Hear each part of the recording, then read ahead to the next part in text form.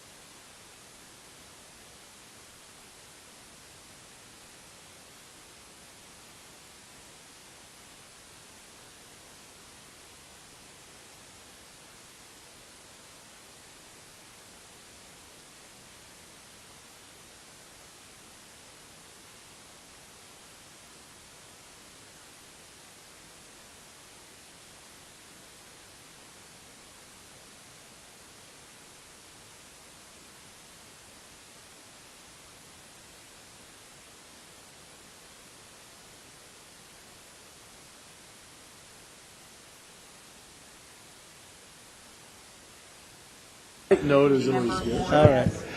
All right, we'll get started in a few minutes. If you could take your seats, please. Thank you. If you've got it on your card or... Hey, good morning. How are you? Good, good. You and I have a Teller County Awards breakfast on April 10th. Neil. Oh, Neil. Okay, gotcha. Neil. So that's the PPSCG day. Oh, okay. I'll be happy to do On April 10th. Okay. Yeah, well, I'm still kind of confirmed, but I think that's Okay. prep for that, maybe. Not a problem. Okay. Are you getting an award? I'm presenting to the whole county. We have a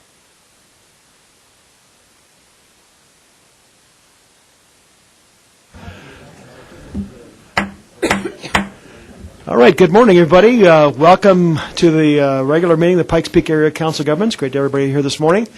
Just a programming note, the lights are dim because there's kind of this is bad flicker, so I thought it'd be appropriate in preparation for Valentine's Day. We kind of set the mood. Okay. Yeah. Yes. Yes. Yes. All right. We do have a quorum this morning. We'll start with quick introductions. My name is Norm Steen, Teller County Commissioner, and your chair. Jill? Jill Gabler, Colorado Springs. Yolanda Avila, Colorado Springs. Sharon Thompson, City of Fountain. Turner Smith, trustee, Reba. Ken Jure, Manitou Springs. Rob Bearden, Vice Commander, 10th Air Base Wing, representing United States Air Force Academy. Ron Jeffrey, Director of Staff, Schriever Air Force Base with the 50th Space Wing. Kirsten Aguilar, representing Peterson Air Force Base, 21st Space Wing. Jennifer Fitch, Reserve Advisor to the Commander, Peterson Air Force Base. Dan Rodriguez, Deputy Base Civil Engineer, Peterson Air Force Base. Tyler Stevens, Green Mountain Falls. Dick Elsner, Park County. Karen Rowe, CDOT. Don Wilson, Town of Monument. Stan Vanwerf, El Paso County Commissioner. Andy Gunning, PPACG. Cami Bremer, El Paso County. Holly Williams, El Paso County. And good morning, Neil Levy, Woodland Park. Good. Welcome, everybody. We'll start with public comments. Before we get started on our regular public comment 3A, I think Joe Urban has an introduction to make. Joe?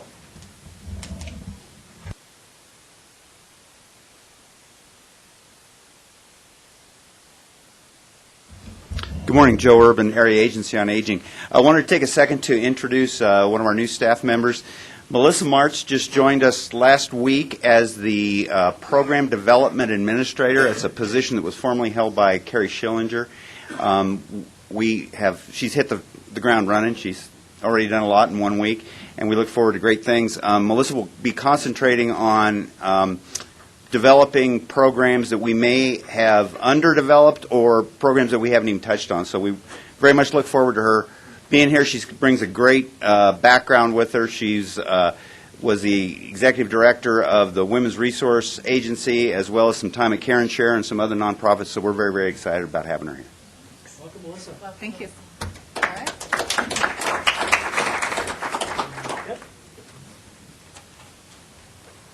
Hi, Kent Matthews. I do the Family Caregiver Support Center here at the Area Agency on Aging. Just wanted to make you aware I've put out on the table when you came in, and if you didn't pick one up, please pick one up before you leave. Postcards, bookmarks. We're working with the Colorado Colorado Respite Coalition in terms of raising the awareness of caregivers in the state of Colorado within our communities here on the Front Range, and these items would help you do that. So just wanted to bring that to your attention.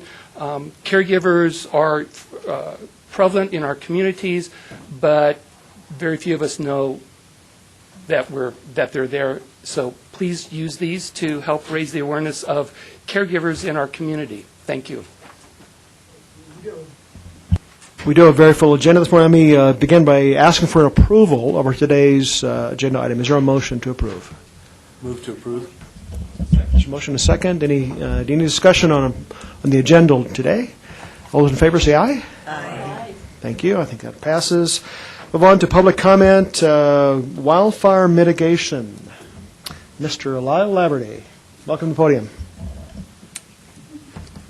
Thank you. Jenny, could you help me pull that up?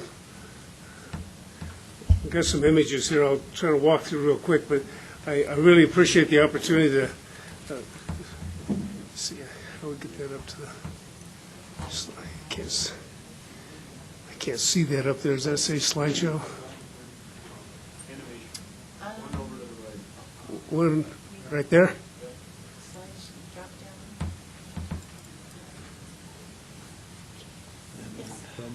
All the way to the left.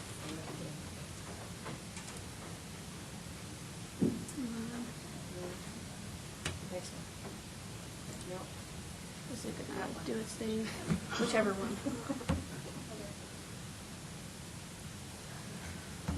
There we go. That'll work. And just click this through. Yeah, click that out. I appreciate the opportunity to share with you just for a few minutes. I know you have a full agenda, but I talked to Andy, and he invited me to share a little bit of the project that we're working on. This is an effort that we have with Colorado Springs Utilities, the Forest Service, and Market Forestry, and we're working on a proposal with the U.S. Forest Service to do a fairly large landscape wildfire mitigation project, forest restoration project here in this Pikes Peak corridor, essentially up and down the Highway 24 corridor. A couple of things I'd like to do this morning, just share with you a little bit about the project, give you some sense of why I believe there's some urgency, and then really the takeaway is to ask for your support. This project, essentially three goals. One is to help increase the capacity of the Pike National Forest to do this kind of wildfire mitigation project. We want to help increase the pace and scale of the active management of these lands, and then create conditions that are really resilient to wildfire. And with the Waldo Canyon in the backyard, I don't have to tell you how. Jenny, what did I do? Not a problem.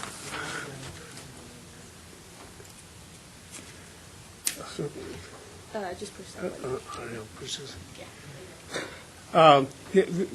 This image, I know it's kind of small for you to see, but it kind of gives you a sense of the planning area. This was the Catamount planning area that the Forest Service did back in 2011. So the NEPA work has all been done and completed. The projects are ready to go. The project area represents about 100,000 acres. You can see that it goes from essentially Woodland Park all the way down to Manitou Springs, and essentially captures the core of the Highway 24 corridor. I took the Colorado State Forest Service has a model that does wildfire risk assessments, and we dropped the project planning area over on their model, and you can see the wildfire risk is essentially the dark area comes right down Highway 24 corridor, and this risk assessment incorporates 3 or 4 of those elements. The wildfire, the WUI risk, it talks a little bit about the kind of the forest health and the riparian risks, brings all those together. So I pulled a couple of the images that I think are really of relevance to our conversation. This image that comes out of the CORAP report shows that there's about 9,000 acres plus or minus of a wildland-urban interface included in there. And you can see that essentially comes down out of Woodland Park, down to the 24 corridor, and then down into that Manitou Springs. According to the CORAP report, there's about 5,300 people living in that. Their assessment then is based on housing density. This just another image that shows the composition of the density, and that big purple block on the right shows that there's about anywhere from 1 to 3 houses per acre.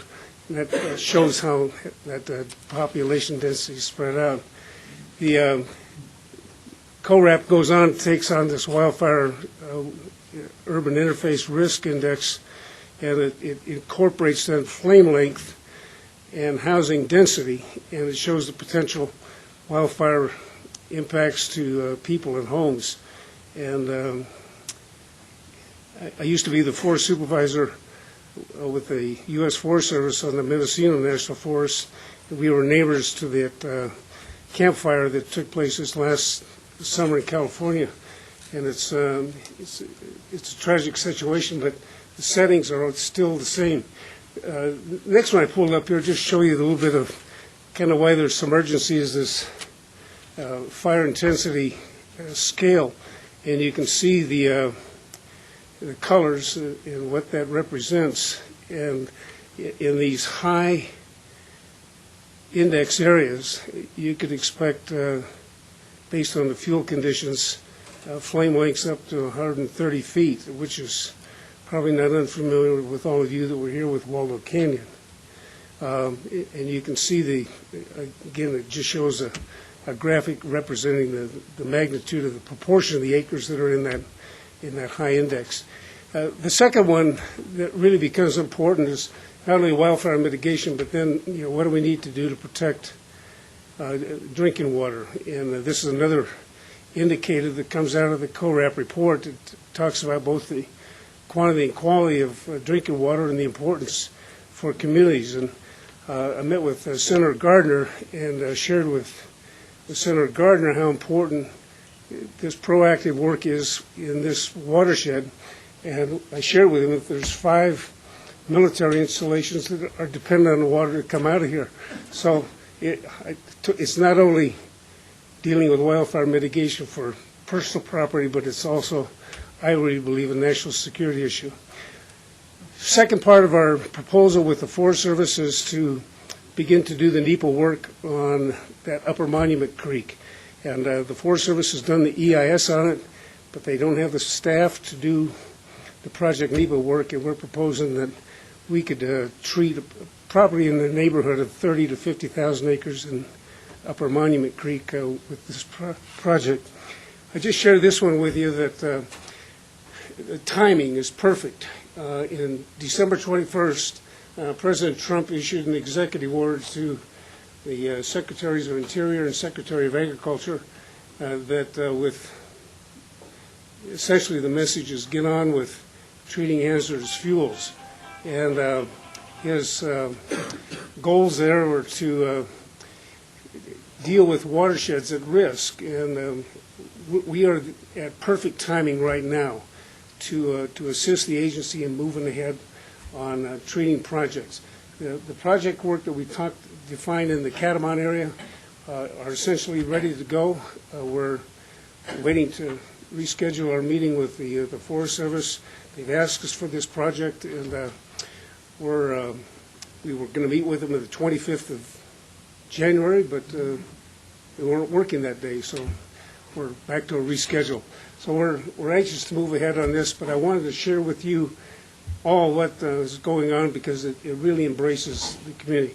We've been working with the Colorado State Forest Service on looking at how they can realign their resources in that Highway 24 corridor that would complement the work that's going on. So with that, Norm, I'm done, and could go on forever, but this is a hot topic for me.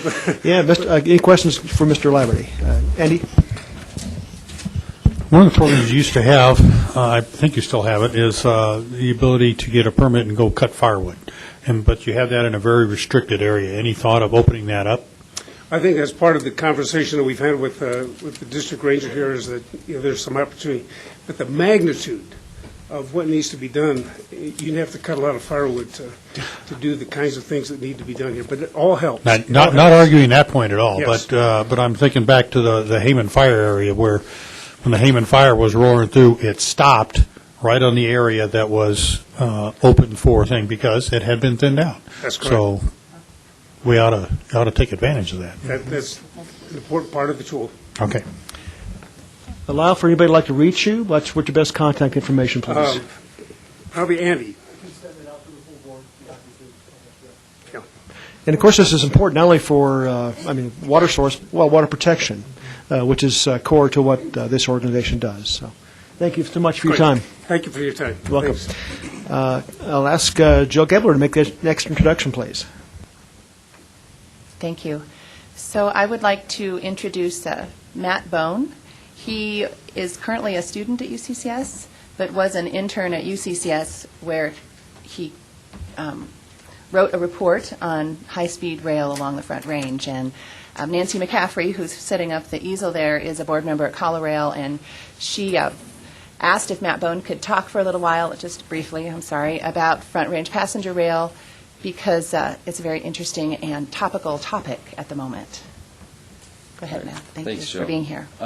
So thank you for offering me some time to speak to you about this. I'm actually a graduate student at CU Boulder right now. I graduated from UCCS in May. I study sustainability planning and management. And as Jill said, I did an internship during my last semester at UCCS in the economics department, looking into the potential benefits to Colorado Springs of a high-speed rail project along I-25. My work was based on the high-speed transit vision that was laid out in the interregional connectivity study from 2014. I ended up producing a framework that could be used to measure the benefits that could be expected to arise from this.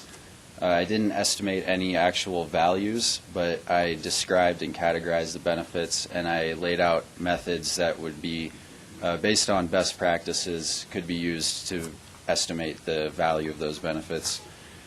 So I'm going to spend time talking about the categories of benefits that I described, and then I'm going to wrap it up with kind of my synthesis of what I took away to be as the narrative benefit to this area.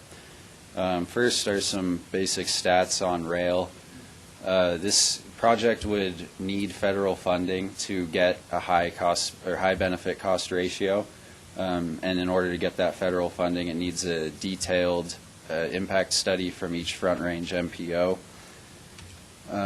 This would be the segment between Colorado Springs and Denver would be the second highest used, or would be the most used segment with the second highest boarded station on the line, meaning it would be one of the most revenue generating segments. Time and cost effectiveness of rail would encourage a lot of people to get out of their cars and onto the train, which has spillover benefits in the form of time savings both to users of the transit or of the rail and to all users of the transportation system.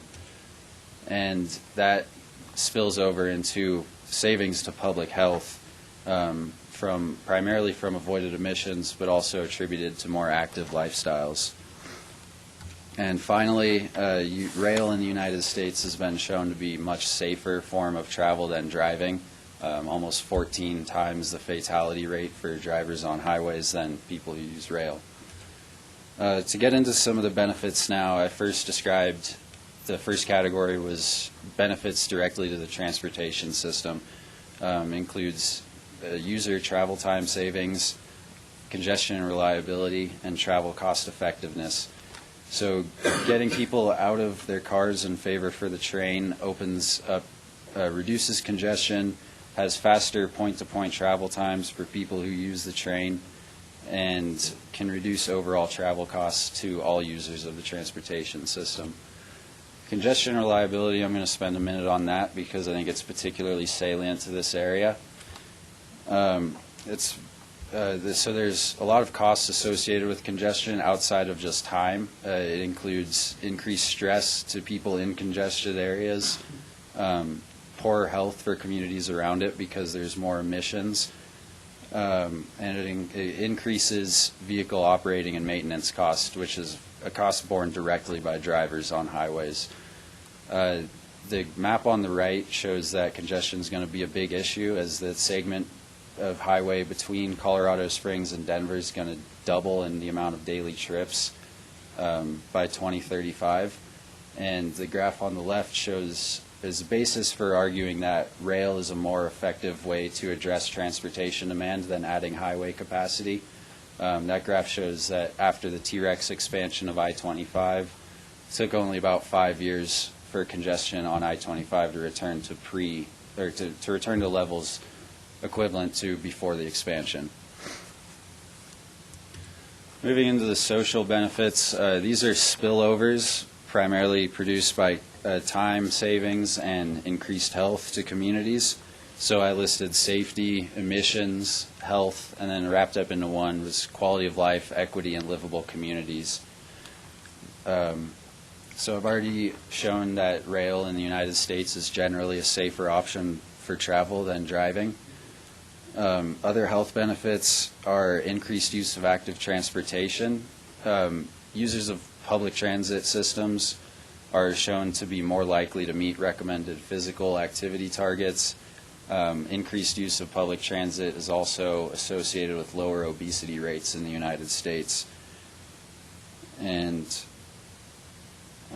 that's all for that. And so moving into the economic benefits, these are what shows up directly in financial bottom lines for companies. That would be around stations. It also includes some more narrative benefits of productivity gains and the creation of more opportunities and accessibility for a wider range of people. The principal financial benefit that you'll see coming up would be reflected in increased property values around stations. So to go to what I took away from this project is kind of a synthesis of the social and economic benefits that I've described a little bit. First, it would be this project enhances the resilience of the transportation system, which is a stated goal in the 2040 Long-Range Transportation Plan. So not only does it increase the resilience of the transportation system, but it increases social and economic resilience of Colorado Springs. And when you're talking about resilience in an urban setting, it means a city's ability to absorb and react to shocks and to plan for shocks in the future. An example of a shock is an increase in population, which is happening in Colorado Springs. It's expected to eclipse 1 million people by 2050, which is going to put a huge increase in demand on the transportation system here. And as I discussed, rail is arguably a much more effective way to address that increase in demand long term. The second part of this is that this investment provides an opportunity for Colorado Springs to position itself as a leader in transportation innovation. And that title really doesn't have an owner in the United States, and it could really use one. And the case for Colorado Springs being that place is strong because we have institutions and talent bases in the industries that would be needed for a project like this. And we could support, a project like this in this area would support an increase of talent in those areas. So it could drive industry growth in high-value industries such as aerospace, engineering, high-tech manufacturing, and data and logistics, which are already industries that are growing in the area and have institutions to support them. So developing high-skill industries by capitalizing on local talent and institutions is the principal economic benefit that I see this project delivering. And to move into the community side, this investment would provide an opportunity to reassess some urban planning, and it could target station development to create new, revitalized centers of commerce around stations. A station in Colorado Springs, based on the ICS from 2014, which is shown to, or is estimated to have the second most boardings of any station along this proposed line.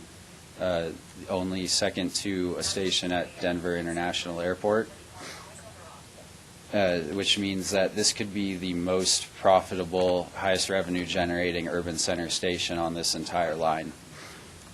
So that the type of development that could be attracted by the placement of stations would be really focused on small businesses, and it would provide an opportunity for more public amenities, more local art, and more open spaces. So combining that with the resilience and the economic benefits, this is a chance to increase community livability and quality of life for all citizens, or for multiple socioeconomic status groups in Colorado Springs. So to summarize, the vision for high-speed transit rail in Colorado will build resilience in the transportation system through more connectivity options, faster intercity travel, and safer and less congested streets. These resilience benefits, combined with industry growth driven by this investment, leads to economic development across multiple socioeconomic scales, which ultimately means higher quality or higher and more equitable quality of life for all citizens in Colorado Springs. So thanks for letting me speak to you. Any quick questions or comments?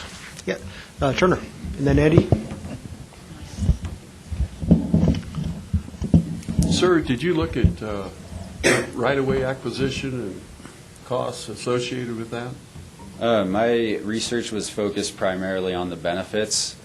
Costs for those things are included in my report, but I didn't do any deep research in that area. The overall cost-benefit assessment is on this poster here as well. Was there any talk of using existing rail lines? Yes. So as kind of a follow-up to the interregional connectivity study, they did I might not get this title correct, but an interoperability report, which explored using existing RTD lines in Denver, and it also explored using existing freight lines that go along I-25. If that research isn't quite as fleshed out as the interregional connectivity study, but if that was made possible, it almost increases the cost-benefit ratio almost by a full point. Thank you, sir. Good. Andy? Actually, you answered most of the questions I'm going to ask.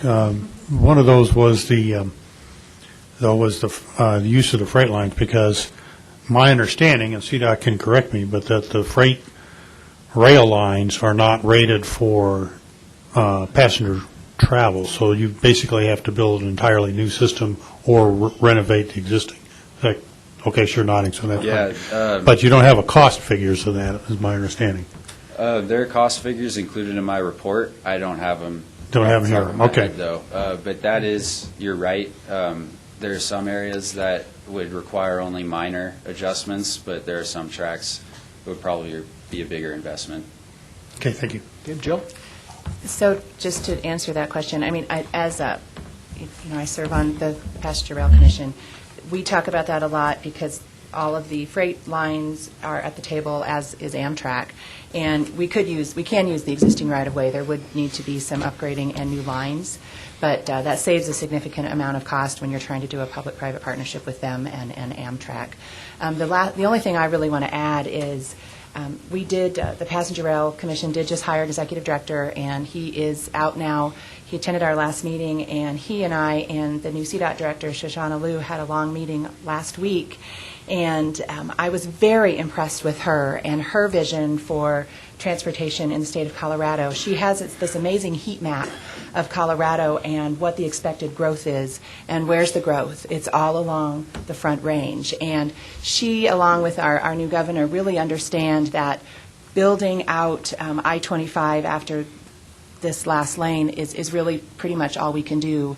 And as we grow and become the largest city in Colorado, we do need to think bigger about how we're going to move up and down the Front Range in a sustainable and, as Matt said, reliable and consistent fashion that doesn't cause congestion or reduces congestion, which trains can do. So she is a huge proponent, and having all of the players at the table as far as all the rail lines, along with all the elected officials along the entire Front Range, is really beneficial, and I think we're kind of at this sweet spot right now where we can really do some good things.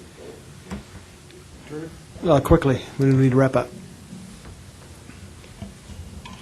I may be getting ahead of myself, but it seems the further you go into this thing, at some time there will be a tipping point where catching the rail will be cheaper than driving your car. At what point in time would you expect that to occur? I don't know if there's a good estimate on what point of time exactly. It has the principal driver of that is when the overall costs of rail are less than the overall costs of driving. That's when people tend to switch. So things that would drive that would be congestion relief primarily, time savings, and I don't have any specific number on when I could estimate that happening. But yes, that's the point when people choose to switch. I would guess also first mile, last mile has a big factor. I mean, you have to get to the rail and then from the rail to your final destination. So those are all, it's a complex network. So, Norm? Yes, I'm sorry. Terry? Did you look at other cities like Ogden, Salt Lake City that has the rail system, and around Portland with their rail system? You looked at those? Because some of that stuff, about 20 years ago, I gave a book to the city council about the rail system in Portland, and it has a lot of interesting items in it.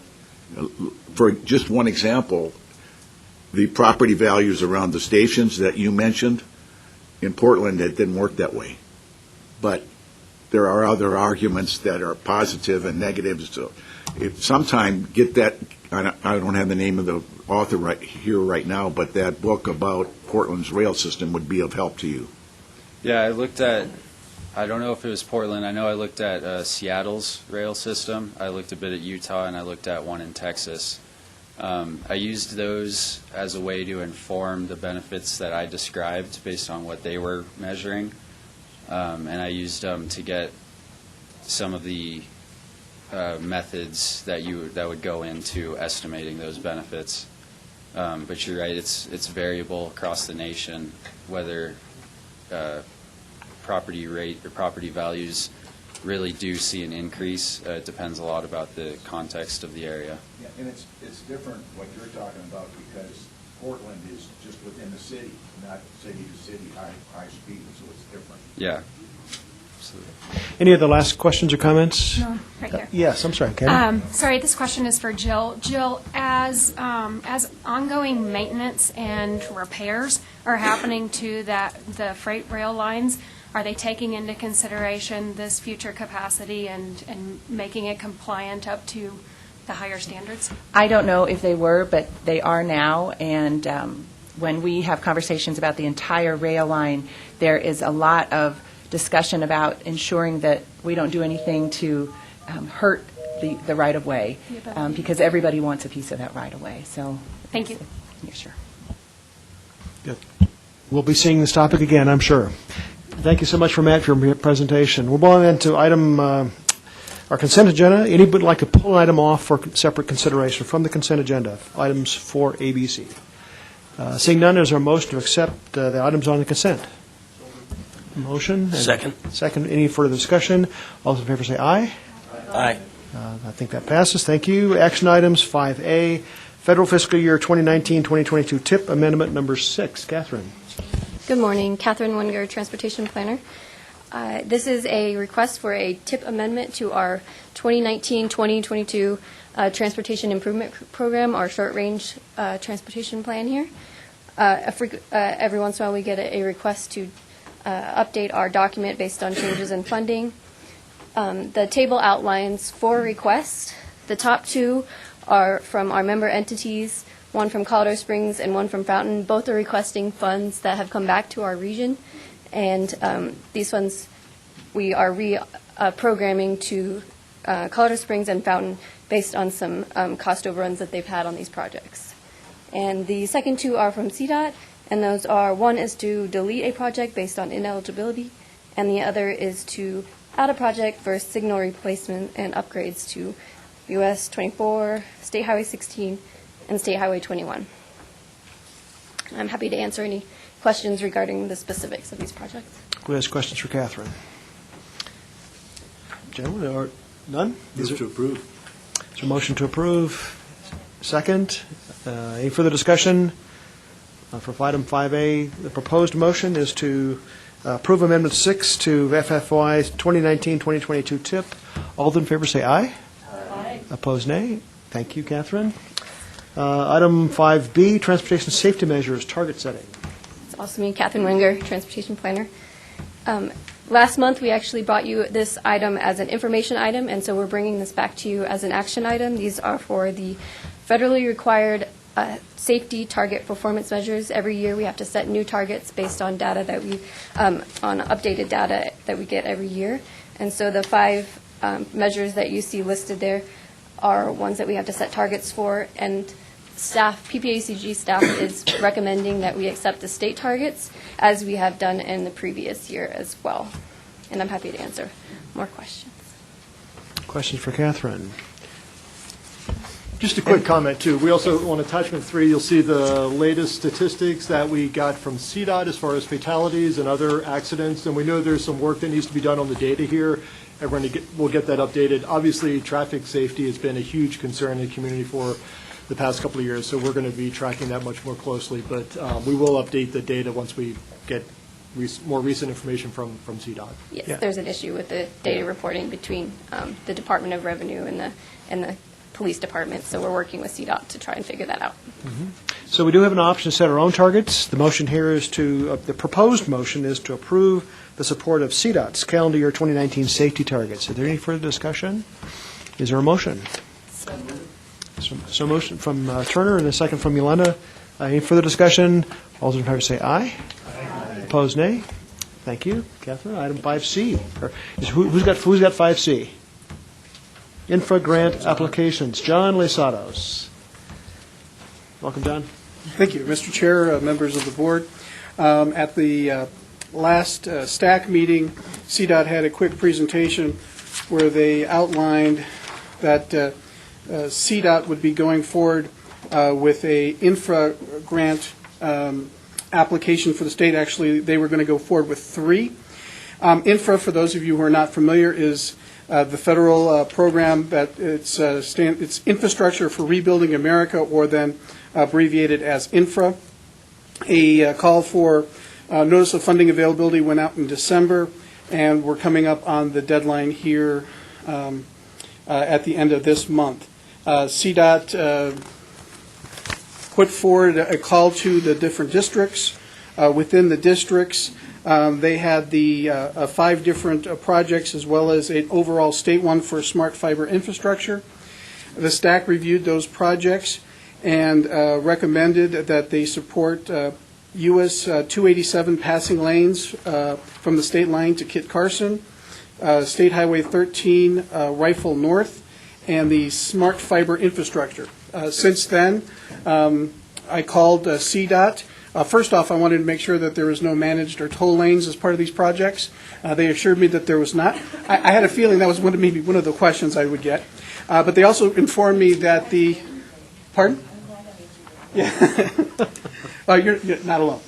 But also that the smart fiber infrastructure project would not be removed. So the CDOT's only moving forward with those 2 projects. There was an additional project, US 85 and 120, that Adams County is putting together a application for, but that is, again, not through CDOT, but through Adams County itself. And so the question before you today is sending forward letters of support for those 2 projects. Real quickly, although, again, in the interest of time, I don't want to repeat what's in your packet, but the passing lanes, it will add passing lanes from the state line to Springfield. It will add Lamar to Eads and Eads to Kit Carson, and that is in CDOT Region 2. The other application, the State Highway 13 Rifle North, will construct the safety and mobility improvements by rebuilding pavement, adding paved shoulders and passing lanes, straightening curves, and other construction facilities to reduce wildlife to vehicle collisions, and that is in CDOT Region 3. So the ask in front of you is to allow or direct the chair and the executive director to send forward letters of support to CDOT for their applications through the federal process. Probably maybe went a little too fast there, but I figured you guys aren't shy, you'll ask me questions. So any questions for John? So again, the strategy, these are federal level grants, and the strategy here is to increase Colorado's statewide likelihood of receiving these grants. So at the STAC discussion, I'll cover this now rather than later, is that we, as a state, would mutually support any of those that had statewide focus and would be appropriate. So that's our consideration here this morning, to support infogrants around the state. Right. And to, Mr. Chair, to my knowledge, none of our local entities are moving forward with a local grant. So these are the CDOT ones within the region. Infra is, if it sounds familiar, I think was it last year or 2 years ago, El Paso County was successful getting the $60 million infra grant for the widening the gap project. Yes. 65, I think it was. Yeah, that's correct, exactly right. Yeah. And the North Front Range also had a project for the I-25 drop up north. So last year, Colorado got 2. Pretty good. So, questions? All right. Ladies and gentlemen, we have a proposed motion to Board of Directors to authorize the Board Chair and Executive Director to develop, sign, and submit letters of support to CDOT applications listed above. Is there such a motion? So moved from Turner, and in a second? Second. A second from Holly. Any further discussion? All in favor say aye. Aye. Opposed, nay. Thank you. Thank you, John. Item 5D, Legislative Committee. Chet? Okay, That Chair. would be me. Our Chair. Yep, Yes. thank you very much. Co-chair. Co-chair. Along with Dick Elsner as our two And co-chairs Dick is for the other Legislative Committee. Thank co-chair. you. Yep. So just as kind of a quick rundown, we've had a total of 4 meetings for the Legislative Committee at this point. We've evaluated 21 proposed pieces of legislation and have 4 of those that we decided that we wish to support. There's way too much here for us to have a detailed discussion about these, but I'm going to try and go through them very, very quickly. Before I get to that, however, we did request an opportunity to meet with our legislators in Denver, and this is at present scheduled for 22 February, and it's early in the morning, 7:45 in the morning. The more of us that can be there, the better off we will be, because it will show, and I think a great measure of support that we're interested and engaged. And we have a little bit of kind of a rationale that we discussed at yesterday's meeting about what we would do at this session. We would basically start off with our legislative themes, because there's a lot of detail, and then we're going to have a little bit, what did we call it? It was a round robin of discussion where the legislators and us as team members would move around to the different legislators and get into specific legislation proposals where those individuals might be sponsors, or there may be other things that we want to talk about. We're calling it speed lobbying. Speed lobbying, thank you. We started with speed dating and decided that was not exactly right, so we're going to speed lobbying.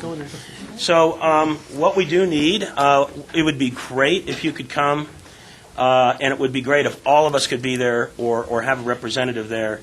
Please send an email to Jessica by the 20th of February to let her know if you can go or not go. We do have the location, 1525 Sherman Street. It's across from the Capitol, so it's not actually in the Capitol. It's in room 603 on the 6th floor, and I think it would be great if we were to go do that. So I'll leave that alone at this point. I want to chime in on that and let you guys know we already have 11 of our legislators RSVP'd to be there with us. Right now, they do outnumber the number of board RSVPs I have. That is my intention. And also invite your other chamber, your councils and board members. Not just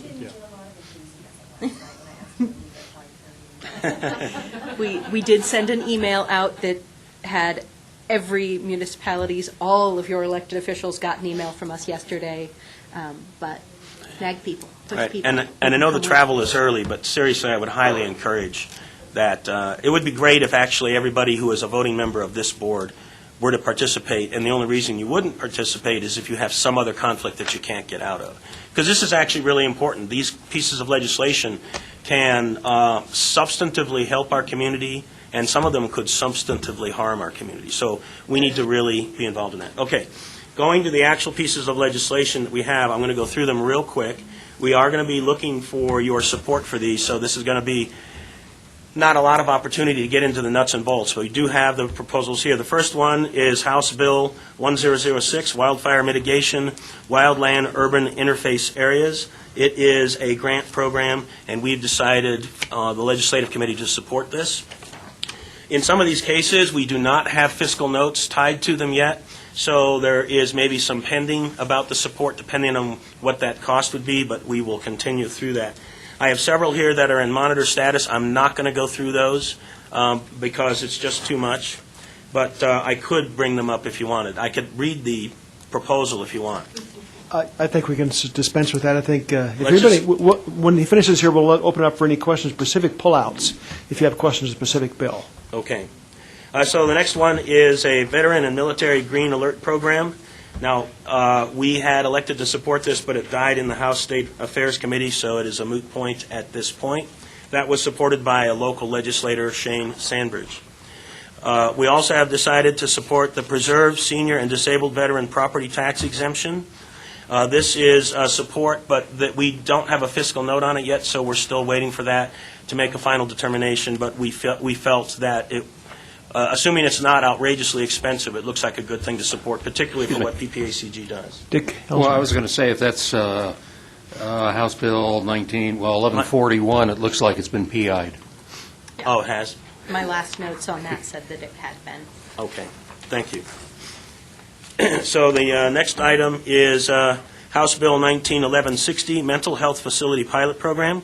This is scheduled for committee hearing on the 27th of this month in the House Public Health Care and Human Services Committee. We have a status of support from the Legislative Committee for this. This was actually one piece of legislation that PPACG spent a lot of time in developing the proposal. It is supported by Lois Landgraf and Bob Gardner, two local legislators. And the key to it is to create a pilot program that would be 3 years long at 2 locations to fund private service providers to deal with some folks that end up in hospital rooms regarding mental health, where it's very, very expensive to address that. And this would be alternative locations that would be proper and healthy for them to be in to reduce the cost. According to the legislation, it says that the state pays those expensive emergency room bills. So I am hopeful that the fiscal note, which we don't have, might actually, outside of maybe the initial investment, might actually show an overall savings. But our position on this is support, and we would encourage the board here to support that. I'm going to chime in real quick on that one. One of the other things that bill does is it removes a restriction from state law that allows assisted living and nursing homes to focus on the mentally ill. Right now, they cannot do it, which is part of what that bill is designed to do. And that bill was worked on with our ombudsman office very actively. That bill number again, please? 1160 is one that was seen after I had to send out the information, so. And that's House Bill 191160. Okay, so the next one for support is Senate Bill 19051. This is to increase the general funding for transportation. We are recommending support here. And there is more content in here, but this is obvious.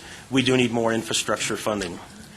This money would be coming from general funds. So whether that gets there or not is another question, but it is not scheduled for committee hearing yet, so it hasn't been adjudicated or sent to a kill committee, so we do have a support position for it. Next one is the Senate Bill 19-053. This is a proposal to prohibit the California motor vehicle emission standards from being applied in the state of Colorado. And we have a recommended support position for this. Now, this is potentially controversial for some people. If you all recall, we were interested in unanimous support across the different public agencies. So if there's an issue with anybody on this, please speak up. And next one is Senate Bill 19056, Veterans Employment Preference by Private Employers. This is supported, we recommend support for this, and this is, the sponsors are Dennis Heisey and Terry Carver, two local legislators. Yeah, that one, it looks like it's also been PI'd. It did die, my apologies. Yeah, that died in committee. Okay. The next one is Senate. Will you clarify what died? Postponed indefinitely. Yeah. Sorry, I got 5 answers at the same time. That was Senate Bill 19056, Veterans Employment Preference by Private Employer, and that died in the Senate State Affairs Committee. Thank you. Okay, the next one is prerequisites for construction of managed lanes. This is not scheduled for committee hearing yet. There is a fiscal note available. We do recommend support. This is supported by several local legislators, Lundin, Gardner, Heisey, and Carver. So we have a lot of local legislative support for this. Basically, it would require CDOT to do a full evaluation of all alternatives for highways before they make a decision on a managed lane. And there's other content in here that is possibly very interesting. One particular component is asking CDOT to take a look at smartphone technology to create self-forming carpools, which would reduce congestion on highways and allow for greater density in each vehicle. So it's not just about managed lanes, there's other components in here as well. We do recommend support on this. So that's the full list that I have. And what I need to have, I know it's not a lot of information on each of these, but I think we are asking for support for this. Any question in particular, Bill, for either our co-chairs, Commissioner Elsner or Vanderwerf? Andy? Two quick comments. First one on the speed lobbying. With that many elected officials, you think you're going to get through in 1 hour? I mean, We're going to do the best we can. That would be challenging. Specific question on Senate Bill 19-107, broadband infrastructure installation. You didn't mention that in support, and I do now have some feedback from our utilities. They do have some very strong concerns, and they are opposing. So I'm kind of curious. At one point, we were talking about supporting, but you didn't mention that one. I didn't mention it. It's not on our list of support at this point. I'm going through here to see if we have it in monitor status, but I don't have. Do we have it in monitor? It means that at our very last meeting of the legislative committee on Monday, this is one that the discussion moved to. Okay. Oh. Yeah, so it is a support. It's a support? Yeah. So let me see. Senate Bill 19-107. So now CSU has some specific concerns. They are opposing the bill, but their concerns are fairly narrow, and I think it's workable. So it might be a support with recommended changes to the bill. But CSU is opposing it, and it got a pretty good That's issue. entirely appropriate. If CSU, as a board member of both boards, I know that city council members sit on both boards, fully consider that. Well, just for general discussion here, we do not want to take a position that harms any one of our member entities in Pikes Peak area. If we'd rather take a no position than take a position or monitor if you're opposed to any view. Yeah. Now, I just got their comments this morning, so I haven't even had a chance to talk to the other board members on this point. Okay. It would be appropriate to pull off any. Support with changes, perhaps, or put the monitor or take it aside for consideration or something. May I recommend that for this board we place it in monitor status at this time? But I would say, Andy, if you get to a point where there's some modifications where you all are willing to support, we should have another discussion about that and see if this board will support that at that time. Okay. But if we do have one in dissent. Dick? Yeah, I personally would like to keep it as a support with requesting changes, mostly because for Park County, we had an issue where we were trying to get some fiber to one of our elementary schools. And IREA was very cooperative. However, we ended up having to go to each of the homeowners to try to get permission to string an additional cable on poles that already existed that had cables on them, and we ended up having to pay $25,000 just to get the right-of-way. I think part of the thrust of this is to say that if the internet provider, the broadband company, or whoever wants to be able to serve an area and there are existing utilities, they have to negotiate with the utility to get permission, and not each individual homeowner because the right-of-way is already there. And I think that's where this is heading. And, if the utilities here have a problem, that's where I'd like to say, let's sit down and talk about it. I understand your concerns. We want to make sure we don't harm you. However, when you get into areas like we have where we got a lot of poles, but we don't have the right to string the wire, I think we really need to be able to include that. Yeah, I can read you what their concerns are, but I think I'll just shoot it over, to our committee here and pursue that. I can read that if you want. It's real short. I appreciate that. We need to, I'm sorry. If it would affect the vote? I mean, if it does, it'd be pertinent. Well, I think it's pretty pertinent. Okay. Specific concerns, an issue which grants the PUC oversight over MOUs in violation of the state constitution. The immediate solution is to exempt MOUs and local governments with MOUs from the definitions of the bill on page 3, lines 14, 20. So it's a pretty narrow and I think workable issue, but that's my recommendation. We support with changes. And they're going to send me a lot more data, but if amended. Who is there somebody at CSU in the process of getting those recommended changes up to the sponsors? Yes. Thank you. Okay. Yes. Shall we take a support position pending those changes? Is that acceptable?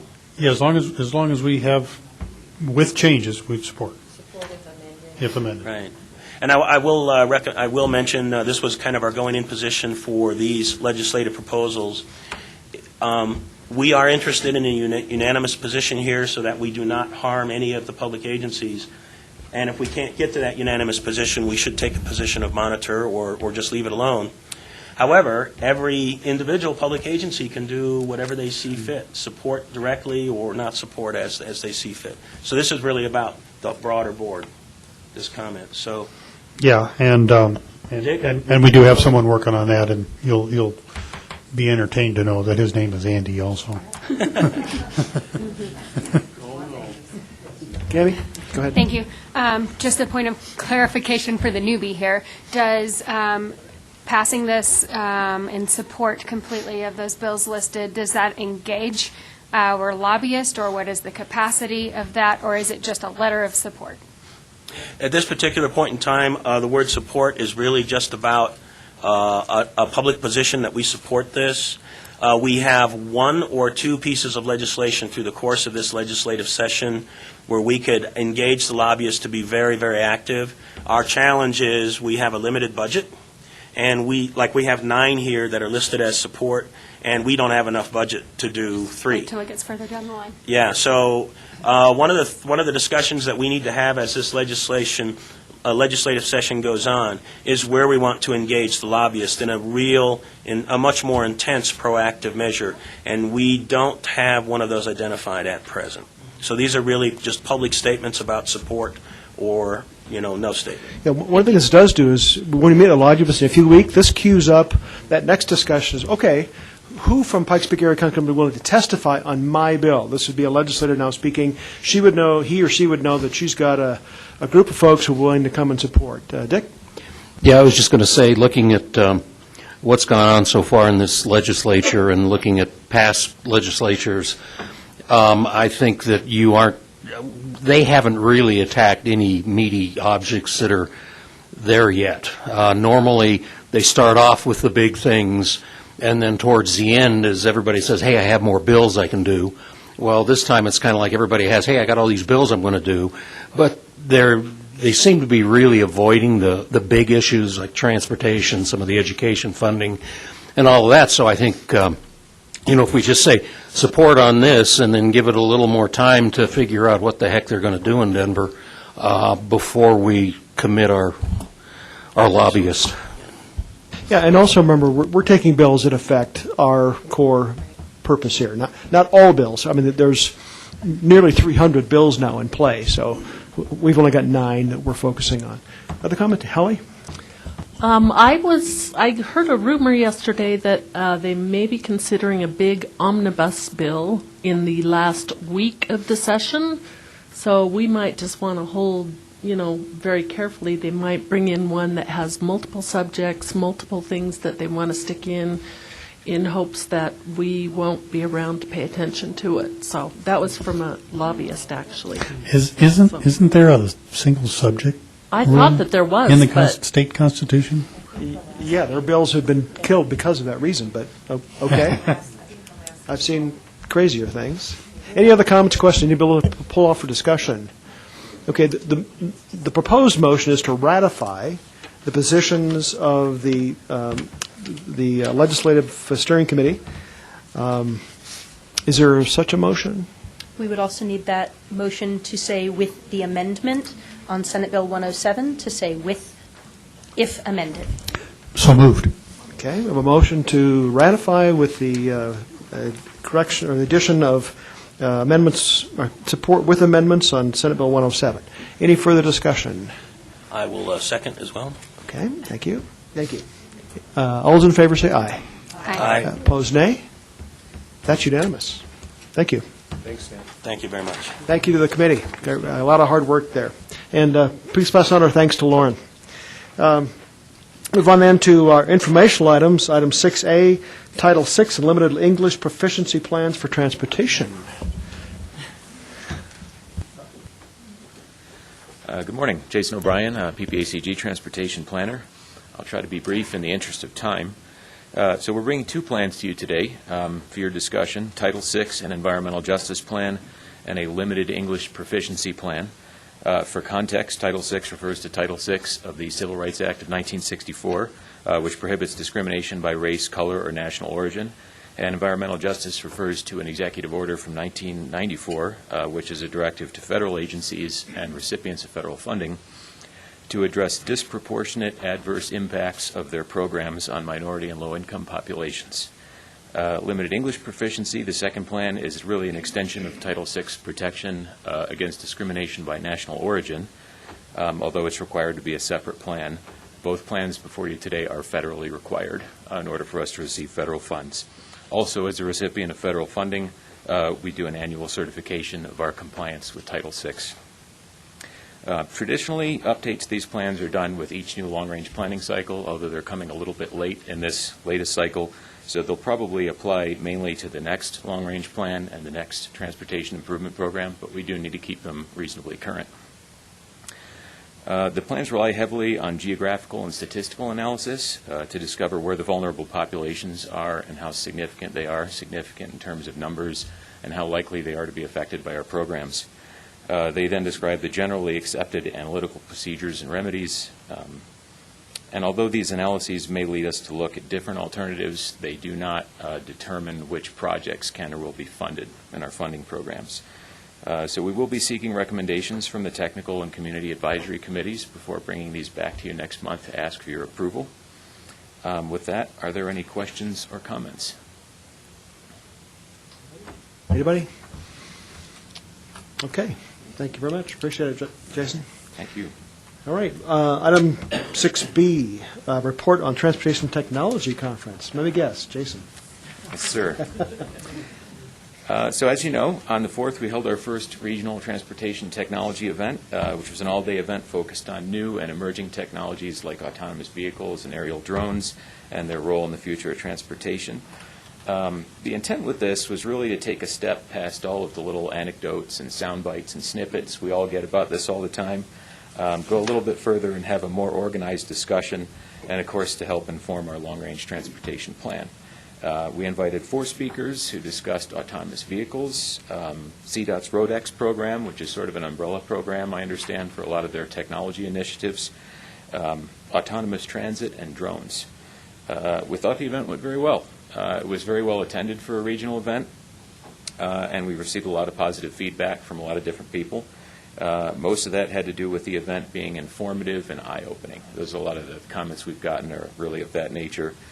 We'd also hope that the speakers themselves would have a good experience so they could talk us up at their future engagements, and they've all said that everything went very well, they thought. And interestingly, all 4 speakers made a point of saying that they actually learned a lot from the other speakers, which honestly had never occurred to me. On a more philosophical note, I've been to technology events in the last couple of years that really were cheerleading events, and I thought that people were sort of unfairly shouted down for expressing any kind of skepticism at all. And I would just like to say that we were proud to present an event that was objective and where multiple points of view were entertained. So I also want to thank El Paso County again for letting us use their excellent meeting space, and just give a shout out to the Chamber for helping us keep everyone fed and watered that day. So we had some good sponsors there.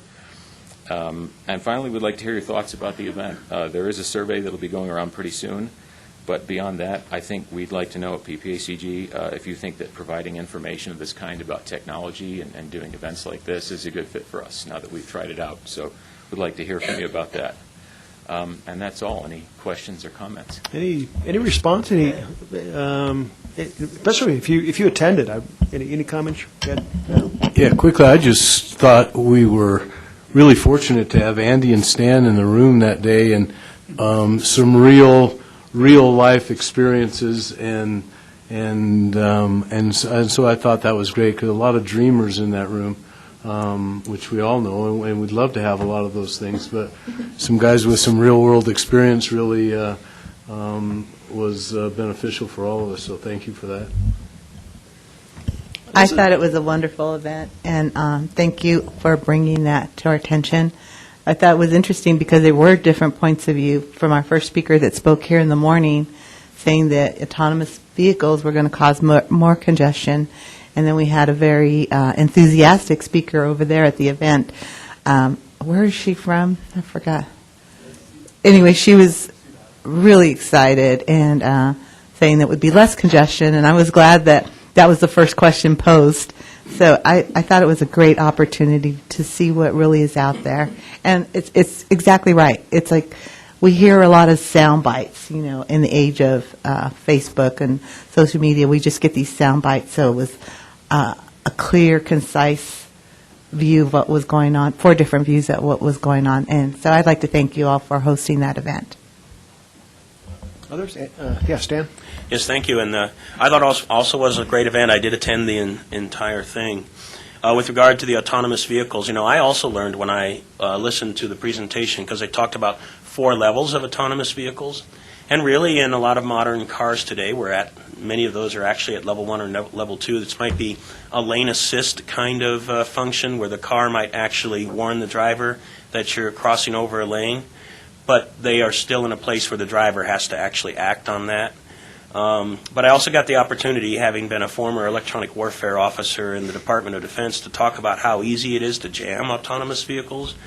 And there was some skepticism in the room about what time period it would take to go to a fully autonomous vehicle. Because, there are some people that are very enthusiastic in saying it's coming in 5 or 8 years, but there were people in that room that I think were saying it's 30 years for a fully autonomous type of system, because of the ability to mess with that capability and do bad things to it. So that was interesting. My interesting takeaway was the 4 levels that they had, and the fact that we've actually really gone into level 1 and level 2 depending on the car already. So, any other comments? Yeah, Terry? I was down in New Orleans in Florida last week, and I rented a car that had some of that. It was blinking at me if I got too close to the other lane and or too close to another car, and so we're already started. Okay, any other comments? Just real briefly, Yeah. Mr. Chair, we're going to do more of this as a convener. That was part of our strategic plan that the board adopted last year, so we felt it was really important to convene on this topic. There is a lot of, not misinformation, but a lot of uncertainty. Is it going to cause more congestion or less congestion with autonomous vehicles? Nobody really knows. Is it coming sooner or later? Probably later, but we heard a whole variety of different comments on that. But especially want to thank Jason for being the mastermind behind this topic, bringing it forward, and had a great team behind him to support pulling this together, but he did a fantastic job, so appreciate that. Great. Thank you so much. Thank you. Appreciate it. All right, move on then to reports. Item 7A, our military reports. Colonel Byrd, you want to start us off, please? Sure thing. Thank you, Mr. Chair, members of the board. Once again, Rob Bearden here on behalf of Colonel Campbell, your 10th Air Base Wing Commander, and General Severia, your United States Air Force Academy Commander. A couple of things to update you on this month. We've mentioned a couple times in previous meetings about our National Character Leadership Symposium. That is next week, the 21st and 22nd. If you haven't taken a look, I encourage you to go to usafa.edu.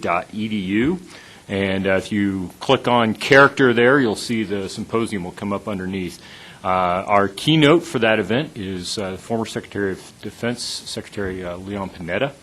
Other renowned speakers that we'll have include former ambassadors, Dr. Brene Brown, who has one of the top 5 most watched TED Talks ever, and some local talent like Dr. Hillary Reed here from Pikes Peak Leadership Pikes Peak here in the local area. So I encourage you all to check that out. Also, by way of news, our planetarium reopens, and that grand opening will be on the 2nd of March and then open to the public in general on the 4th of March. Really great opportunity for schools and all of anything in the science, technology, engineering, math departments to come check that out. So I encourage your folks to take advantage of that. And then lastly, we had the honor of announcing on Monday, and we had Mayor Suthers with us to do this, that the United States Air Force Academy will be the first Department of Defense golf course to host a USGA championship event. So in July of 2020, the 72nd Girls Junior Championship of the USGA will be hosted at Ewart Eisenhower Golf Course at the United States Air Force Academy. So a little bit of news for you on the long-range radar as well, and pending any questions, that's all from the Academy. Questions? No, thank you. Ron? Yeah, thank you, Mr. Chair, board members. Just a couple of items to mention from Schremer. The first of those is that we've set a date for the change of command. We're planning to have our change of command for the 50th Space Wing on the 24th of June. Right now, we're planning for 8:30. Colonel Jennifer Grant will relinquish command on that day to Colonel James E. Smith. Our protocol and public affairs offices will be sending out save the dates in the future so folks can track that on their calendars. One other item I'd like to mention is that Schriever is hosting a meeting of the Leadership Pikes Peak 2019 class of 35 business and civic leaders tomorrow. They're going to visit Schriever tomorrow afternoon. They'll have lunch there, be able to receive a mission briefing, be able to visit 2 of our space operations squadrons, in addition, visit with the folks in our civil engineering squadron and our security forces to get a broad overview of the things that we're doing at Schriever, both on the space side, but then as an installation, what it takes to run a major base. On the 20th of February, Schriever is also going to be hosting the Military Affairs Council Area Chiefs of Staff Luncheon. At that meeting, Colonel Grant will provide an overview and an update on things that are happening at Schriever for all those folks who are able to attend that. And a final item that I wanted to mention is that Tom Taylor with the National Defense Industrial Association Science, Technology, Engineering, and Management Collaboration is going to visit with children in our Schriever school-age care program, giving them the opportunity to participate in the Edge of Space mission set to launch on March 16th. This is the second NDIA visit to Schriever to work with our kids to make sure that they're given all the opportunities possible to make for a bright future for themselves. So we certainly appreciate the community and other organizations helping us both as a military installation, but also helping the future that's represented in the children that are there at Schriever. And with that, unless there are any questions, I don't have anything else to add. Thank you. Welcome. Thank you, Mr. Chair, members of the board. Again, on behalf of Colonel Todd Moore, the 21st Space Wing Commander, thank you very much for having us here today. I'd like to take one other opportunity to publicly introduce Colonel Jennifer Fitch. She is the reserve advisor to Colonel Moore, the 21st Space Wing Commander. A couple things to provide an update and awareness on. So 3 of our security forces defenders are going to be recognized next month at a ceremony at the Broadmoor. They're going to receive the American Red Cross Hometown Heroes Award. They were the first responders to a vehicle accident outside of the East Gate back in November where a woman unfortunately flipped her vehicle. They were actually able to extract her from the vehicle, no major injuries in that accident. So we're grateful to the American Red Cross for recognizing the heroic efforts of those 3 young defenders. Also, Peterson Air Force Base has been selected as one of the installations that will host Air Force ROTC cadets from across the nation this summer.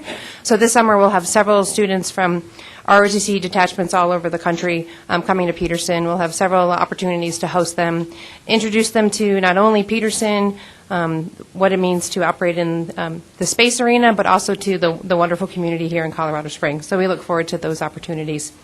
And then finally, I want to pass on our appreciation to Colorado Springs Utilities. We've had recent engagements with them regarding utility security, particularly power generation, as we continue to monitor growth in the area. They've met with us, with Fort Carson, and I know they've got plans to meet with Schriever and the Academy, so we're just grateful for that opportunity. So pending any questions, that's all I have. Yes, ma'am? Go ahead. Sure. So we heard a rumor of this last night at council, and the invitations are coming out during this meeting. Are you aware of the PFOA meeting in Fountain tomorrow at 10 a.m.? Yeah, so I just learned of that this morning. So our understanding is that the EPA is hosting a meeting tomorrow at the City of Fountain to reveal the EPA's PFOS, PFOA Community Action Plan. Okay. Yes. Just make sure you guys were aware of Yes, that. ma'am. Thank you. Yeah, anything else? Thank you. Dan? All right. Move on then to item 7B, mobility coordinating. Brian, or Joe? Joe? Mobility coordinating got weathered out in January, so there is no report.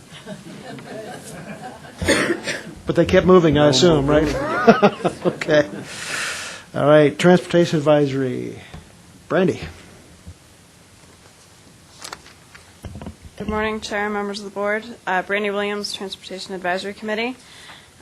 Much as the board has done this morning, we approved TIP Amendment number 6, and we also approved the safety measures for the target setting for 2019. And I don't want to steal anyone's thunder, so if anyone from Colorado Springs wants to chime in about Kathleen, they can, or I can take it if they want me to, just because I don't think this board is aware yet. I'll say one thing. Kathleen Krager, our transportation engineer, chief transportation engineer, she did just retire, and she did a great job for our city. We are having interviews for her replacement tomorrow. I'm on the committee, so I'm excited about that. So hopefully we'll have someone new on board in the next couple weeks. Thank you, Jen. But you can add something about how awesome she is if you want. Kathleen was fantastic. Learned a lot from her over the years, so she will be missed, and hopefully whatever her future involves, I'm sure she'll be involved in some way, shape, or form. But good luck tomorrow for the interviews. Any questions?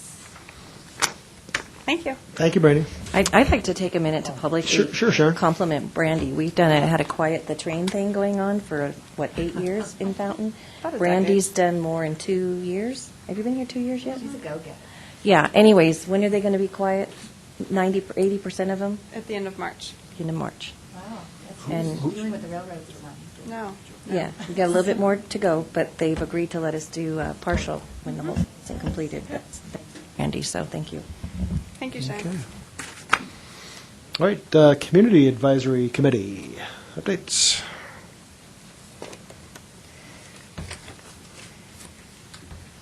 Sharon Brown, I'm chairman of the CAC, and you've already passed some of the things that we passed, so I won't even go into that.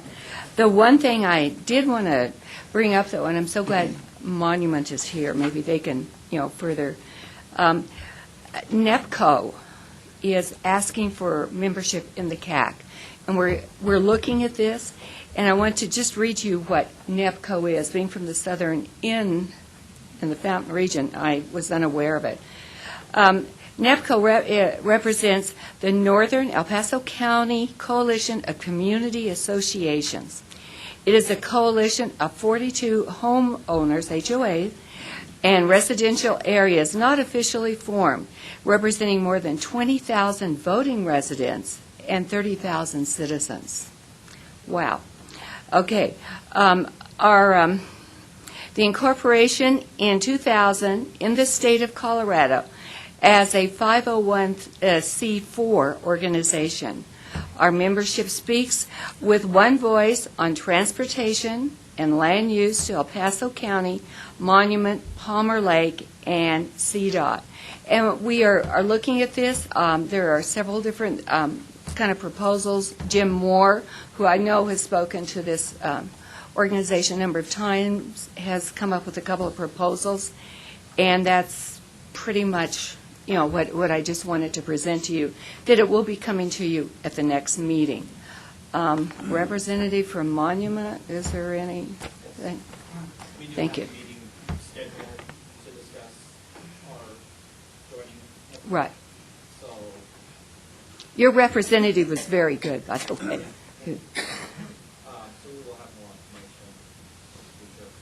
Okay. Okay. Any other questions that maybe he can answer? But okay. Thank you. Thank you, Sharon. Next is a Regional Advisory Committee. Dave.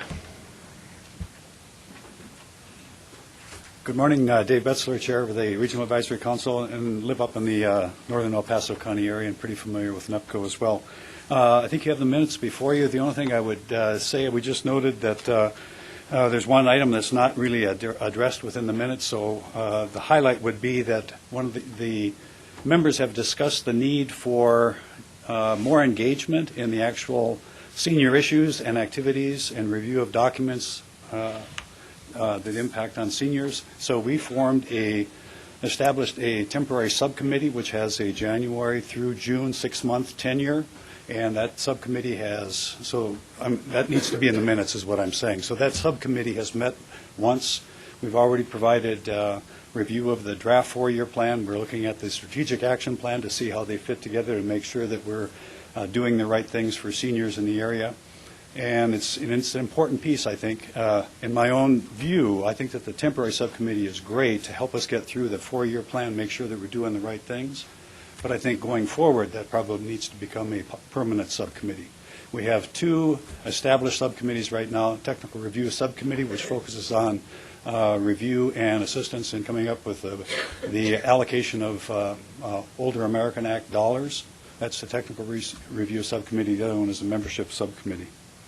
The other thing I'd like to throw out, too, is that just as a personal note, this is separate from the RAC now. Okay, so I live up in the Monument area, Red Rock Ranch HOA, which is an unincorporated area between Monument and Palmer Lake. So the presentation this morning from Lyle Laverty, we very much support that, and I'll be contacting him as well. Our HOA, Red Rock Ranch, was selected by National Fire Protection Association as the Colorado site. There are 7 states, 1 site per state, so we're the Colorado representative. It's a 2-year pilot project focusing on increasing the homeowner awareness, education, and engagement and action on actual doing mitigation. And the idea is that in a 2-year effort, a real focus on a subset of an HOA will result in best practices and lessons learned, which then can go to the National Fire Protection Association at the end of that 2-year period across the 7 states. They'll wrap that up, and then they can roll it out to the 1,500-plus Firewise communities in the United States. So it was just a shameless plug, okay? And we were on KOAA TV 2 nights ago. Any questions, comments? That's right. Any questions, comments on the RAC or on the personal comments I threw out? Yeah. Well, I think, if I might. Go ahead. Thank you. On behalf of Commissioner Williams and myself, congratulations. We saw the announcement, both of us did, and we thought that was really outstanding. I responded back to that to congratulate Red Rocks and keep going, right? Be an example. Absolutely. Yep. Absolutely. Show the rest of the country how to do it right. Absolutely. Thank you very much. Thanks. Good. Thank you. Okay, move on then to Air Quality Technical Committee. Ken. Good morning. I'm Ken Prather, PBA's DG Transportation Planner. The Air Quality Technical Committee doesn't have a chair yet, so I'm representing the committee. Following Andy's initiative last fall to review the air quality status in the region, identified ozone as a potential issue, and so he has called the Air Quality Technical Committee back together. We're still in the process of identifying current representatives of its member entities, and so therefore did not elect officers last month. Did have a representative from the Colorado Department of Public Health and Environment to come down and give a presentation on ozone, the standards, the sources, the strategies, the process if we do wind up exceeding the standard. So that's the beginning of an ongoing discussion that will be ongoing for quite some time.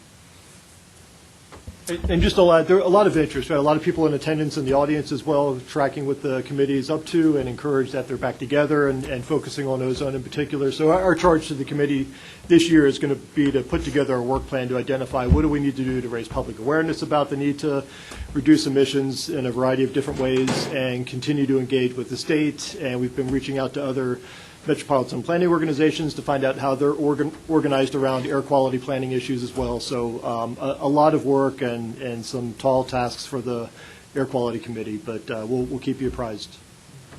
Who's on the committee? Who makes up the committee, ideally? The bylaws is representatives from each of the members here, the military, and the Colorado Department of Public Health, the El Paso County Public Health, Colorado Springs Utilities is one of the representatives from the city of Colorado Springs.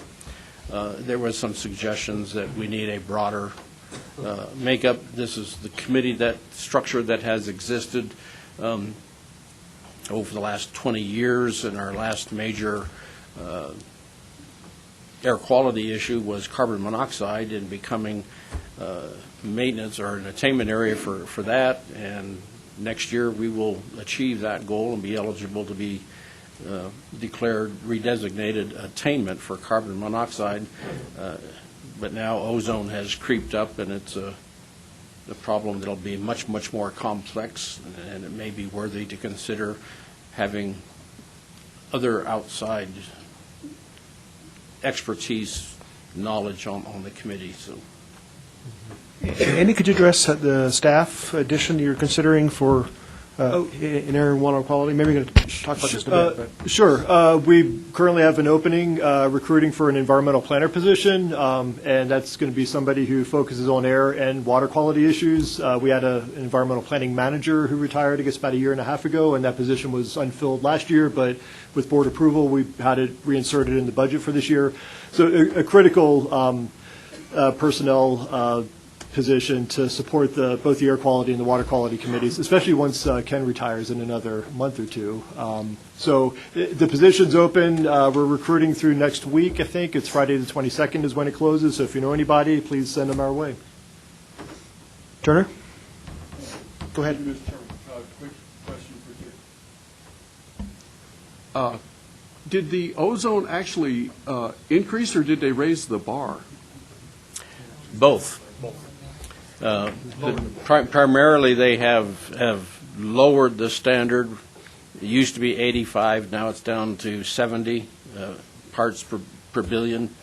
And the ozone level over the years kind of goes in some broad cycles, and I can't explain. I don't know the history as to why they're doing that. And right now, we're kind of on the upswing of this cycle, and we are right now sitting on the fence.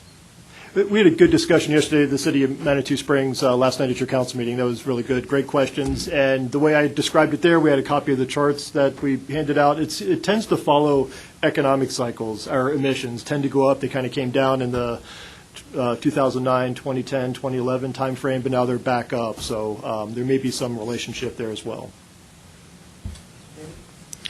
Well, as I recall, there's also a relationship to weather and issues as well, and fire, smoke from fires. So a lot of forest fires, we had a lot of weather things, and that tends to tick it up as well. So this may be partly natural cycle, partly vehicle travel, all that stuff.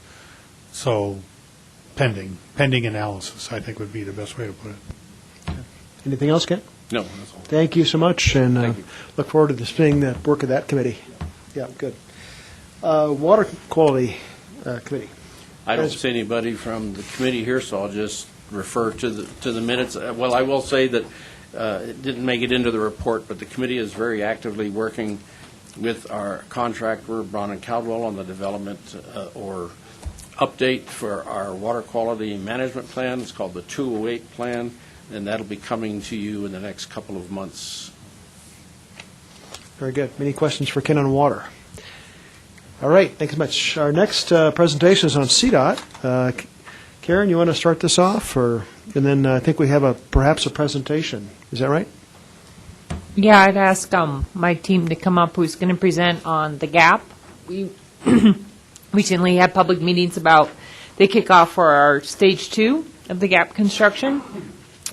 Just along those lines, I'll just say that I wasn't here last month, but Mustang Outrider now goes from Pueblo to the south end, to Fountain, and then south end of Colorado Springs. It leaves Pueblo at 12:30, arrives up to Nevada Tejon about 1:30. Then it comes back. It leaves about 2:15 from Nevada Tejon, stops in Fountain, and goes back to Pueblo. So that's our Outrider, just a route that has started. And then through the gap, through traffic demand management or incident management, they've started the Mustang service that goes from Colorado Springs, our 3 major stops, to the Denver Tech Center. So that's in addition to the Mustang service that already goes to downtown Denver. So just want to make sure you guys are aware of those additional routes, and we're expanding that Mustang service. So with that, I'll hand it over to our I-25 GAP team to update you on that project. Good, thank you. Welcome. I'm Paul Neiman. I'm the CDOT project director for construction out there. So I've got a presentation here that I've given at steering committee. I'll kind of go through it quick here and not bore everybody. However, I don't know if you guys are how familiar you are with the project and other aspects of it. So I'll just go through it here with some of the dates real quick, and you guys can then ask questions here. So we've got our packaging here. We've packaged the project in 3 packages here right now. So we're doing this project under CMGC, which means we're designing and building kind of at the same time. We're still in design on package 3. Package 1 went out, about $50 million worth of work went out on September. That's what's going on right now in the northern section there. So we've got package 2, which we are anticipating a contract.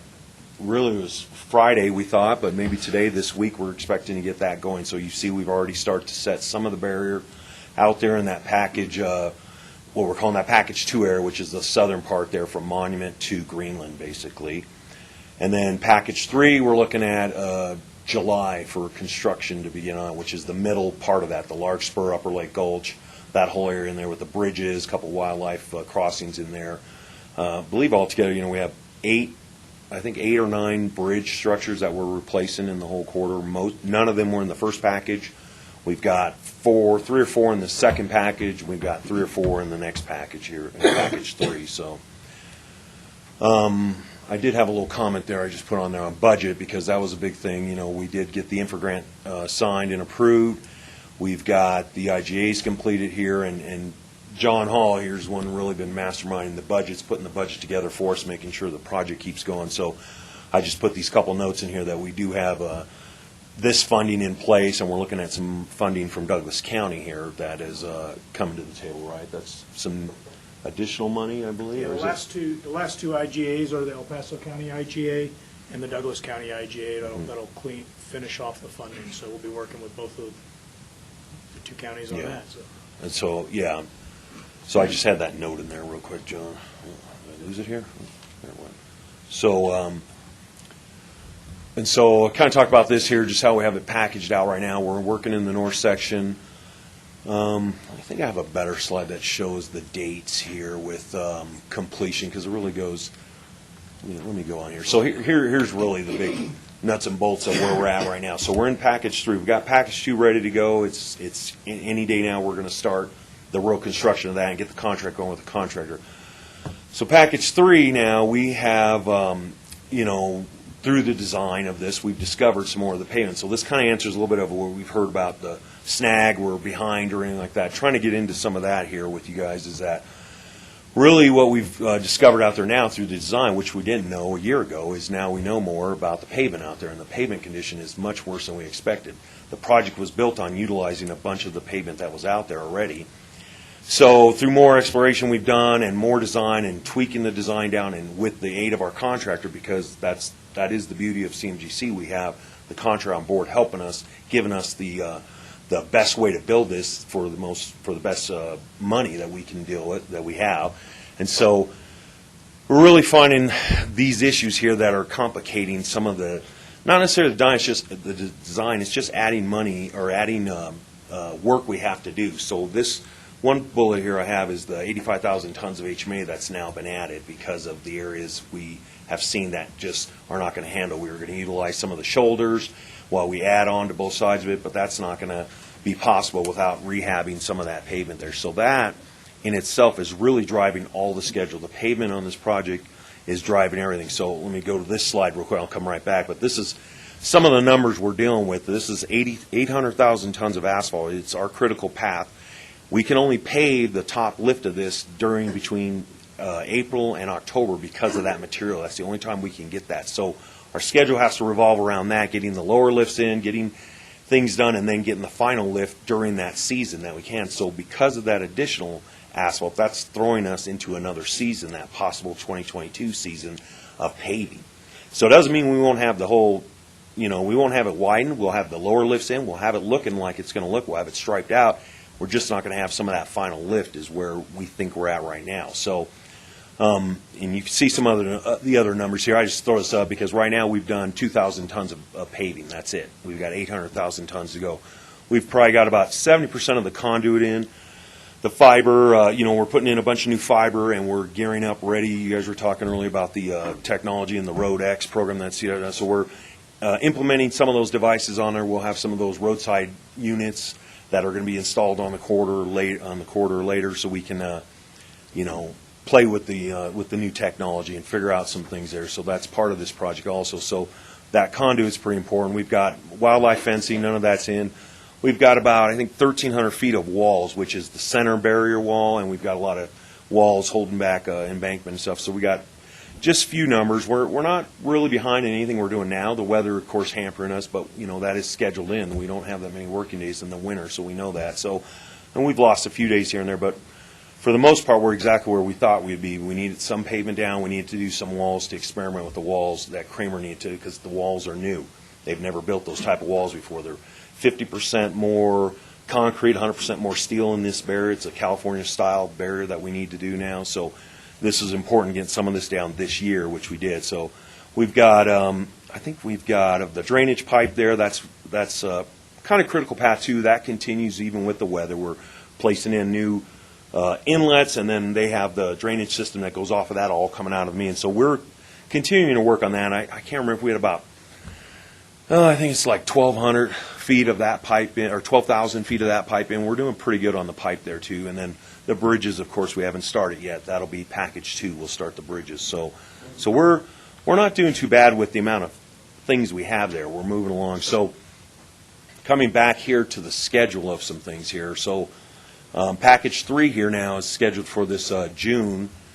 Actually, July. We'll be in construction on that to get the top mat we need to do by 2022. So if you look at the bottom there, I've got that package 1 completed area. So by our contract, we've got them completing the package 1 area and the package 2 areas by those dates. They're basically November of 2020 and November of 2021, which means completed means they have to have final lift, everything in place for E470 to come in and do the tolling integration and get all the stuff. E470 is our Visa out there. They're the ones collecting the tolls for us, and they need to come out there and make sure they get an accurate toll. So they'll come out there.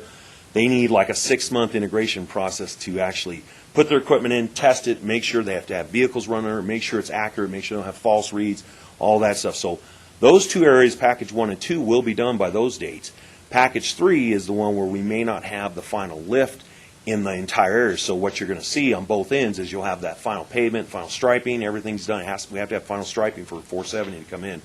The package 3 area, we may have an area under the tolling station that's ready for them to help with our schedule, but we may not have everything just adjacent to it with that final SMA, 2-inch SMA lift. So for most people, they won't know the difference. They'll drive right through it. It'll be wide open. We'll have the shoulders for the safety. That's a big part of this project, is getting those shoulders in place for everybody. So we'll have most of that by 2021. You'll see all of that. It's 2022 is where we think we have to wait again till April, May, when that SMA oil becomes available to get the final lift in, is where we're thinking we're delayed at on that, or not necessarily delayed, just scheduled from what we know now. Kramer, who came on board last year in January, estimated this schedule out at about 30% plans. And like I said, so far we've got $50 million out the door, and that's it. We're just got done designing the next $120 million of it, and we still got another $120 million we're in design now to try and figure out.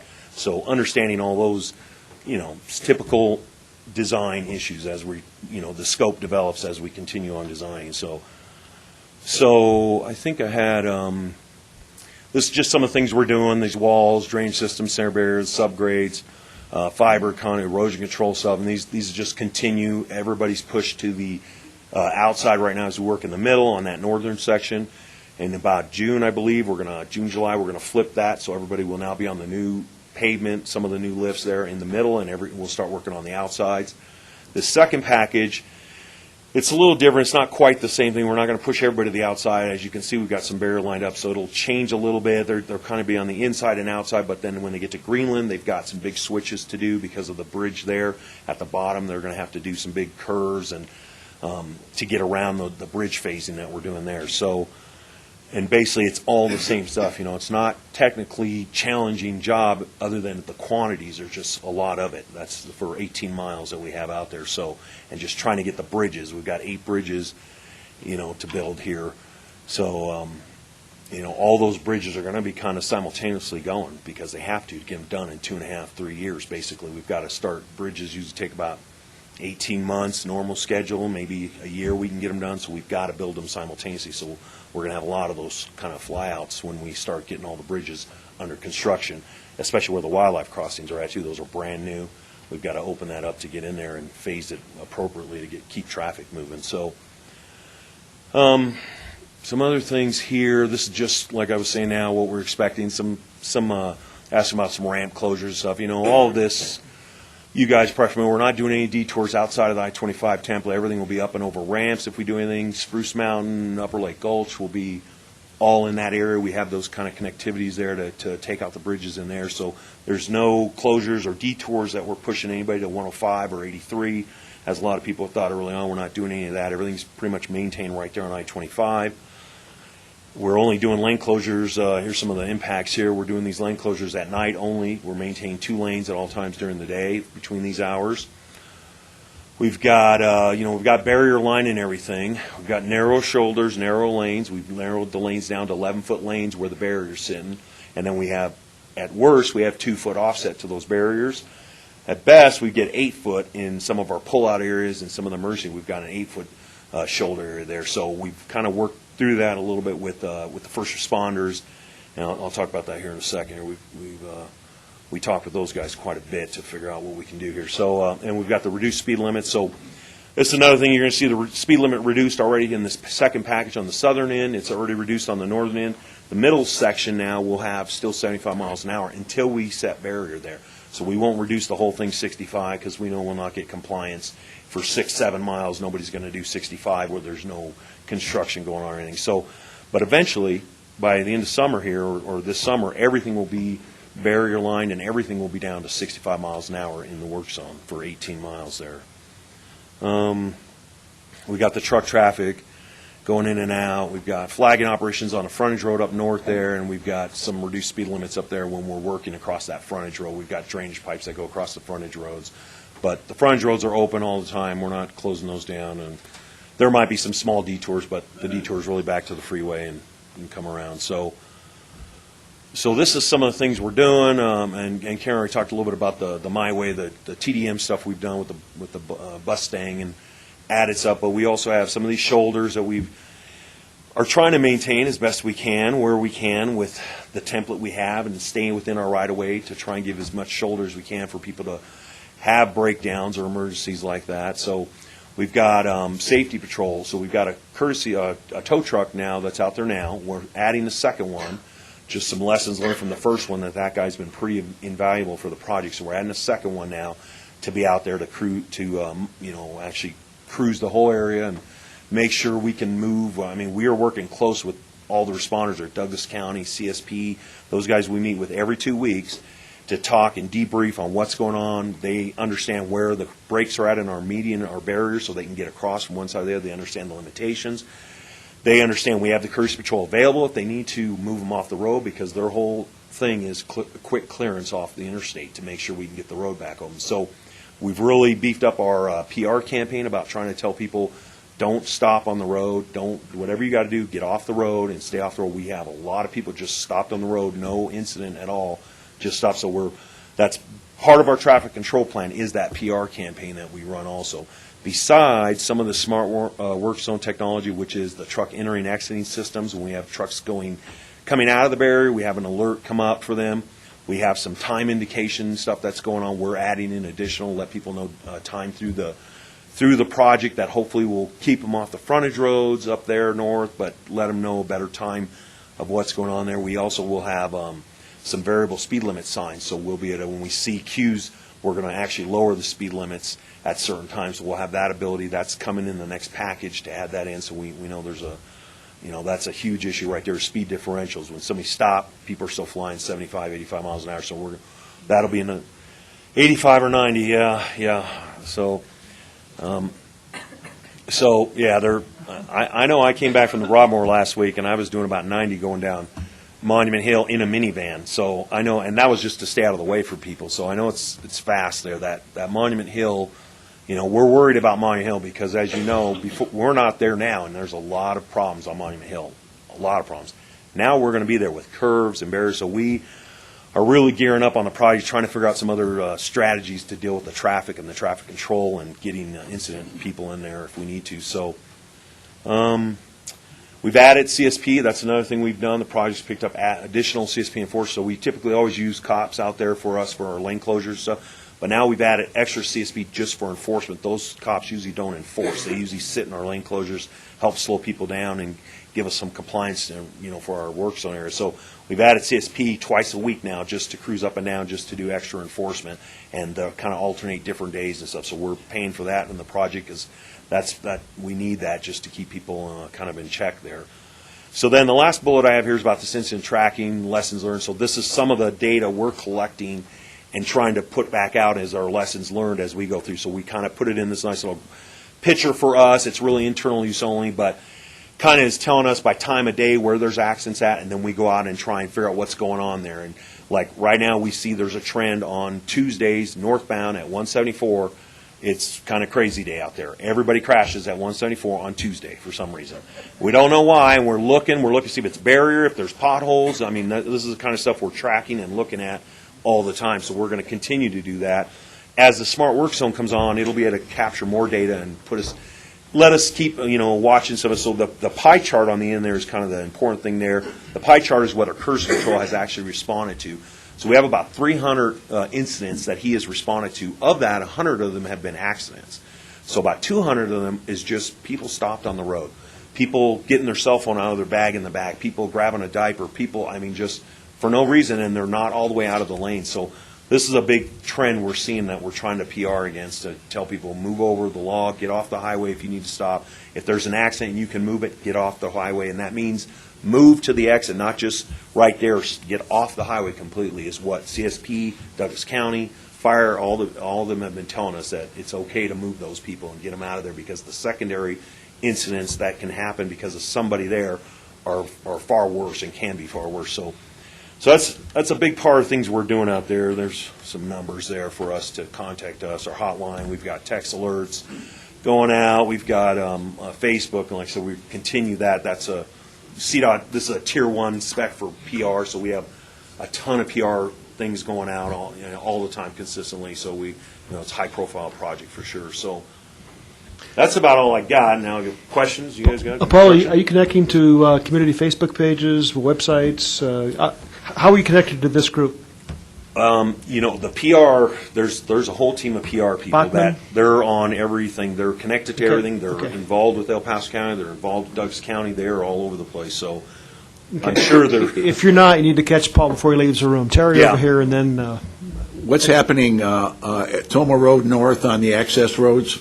What's happening, especially on the east side? So at Tomah Road there, we've known we're learning that was a problem because we had not been here. As we get into here, we're starting to learn all the issues that are going on. We know about the Renaissance Festival. We're gearing for that, too. That's coming. But Tomah Road, we are installing some glare screens right now. We're doing some mitigation for temporary mitigation. We're putting glare screens up because people have a hard time turning left, looking at I-25 traffic. They can't tell where that traffic's at, if it's on the frontage or not. So we're doing that. We're going to restripe those frontage roads to no passing.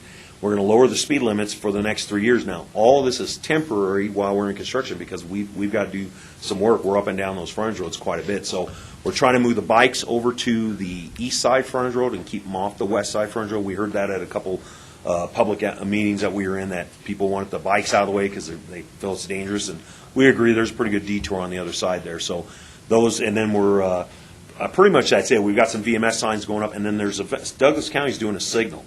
There's a signal that's coming into Tomah Road, that Tomah Road intersection there, that they're working on right now. They're just trying to get the permits to go through that, and that should be here this summer. By this summer, they've got to order some poles and things like that, but that's in the works also to put a signal there. Well, it's 55 miles an hour now. Is it going to go down to 45 or something? It'll go down to 45, yep. Really? Yep. So we'll drop it temporarily, though, because when we get out of here in 3 years, it'll go back to the normal 55. I mean, as the speed studies will show, and all the speed limits are placed by speed studies, so speed study says it should be 55. It's a wide open racetrack there, as you know. So it's no one will do 45 if we don't. If we put it for 45 at all times, it's compliance with speed limits. Nobody will do that if they feel it's wide open. It's pretty hard to hold it to 55 on that, too, it is. right now. It is. And just a personal comment, I'm glad you mentioned Monument Hill. I can remember pushing cars up Monument Hill in 1960. Oh.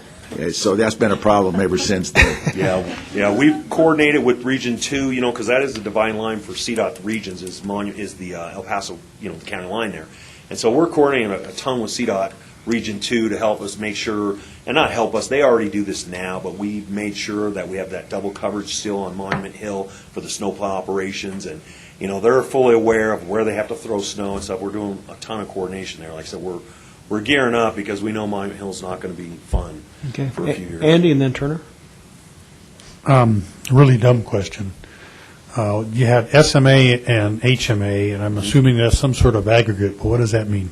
The SMA is a stone matrix asphalt. It's a little more open and porous than the regular HMA we have. That has a different oil, but it's just when you see it out here, it's tight like that. When you see the SMA, it's kind of like I'm trying to think of what a description. It's just more open and porous, so the water actually flows through it better and gets out of it quicker. And we've been doing it for about 10 years now, and it seems to be a better top mat. It stays longer, less puddling because it's got room for expansion and with the water.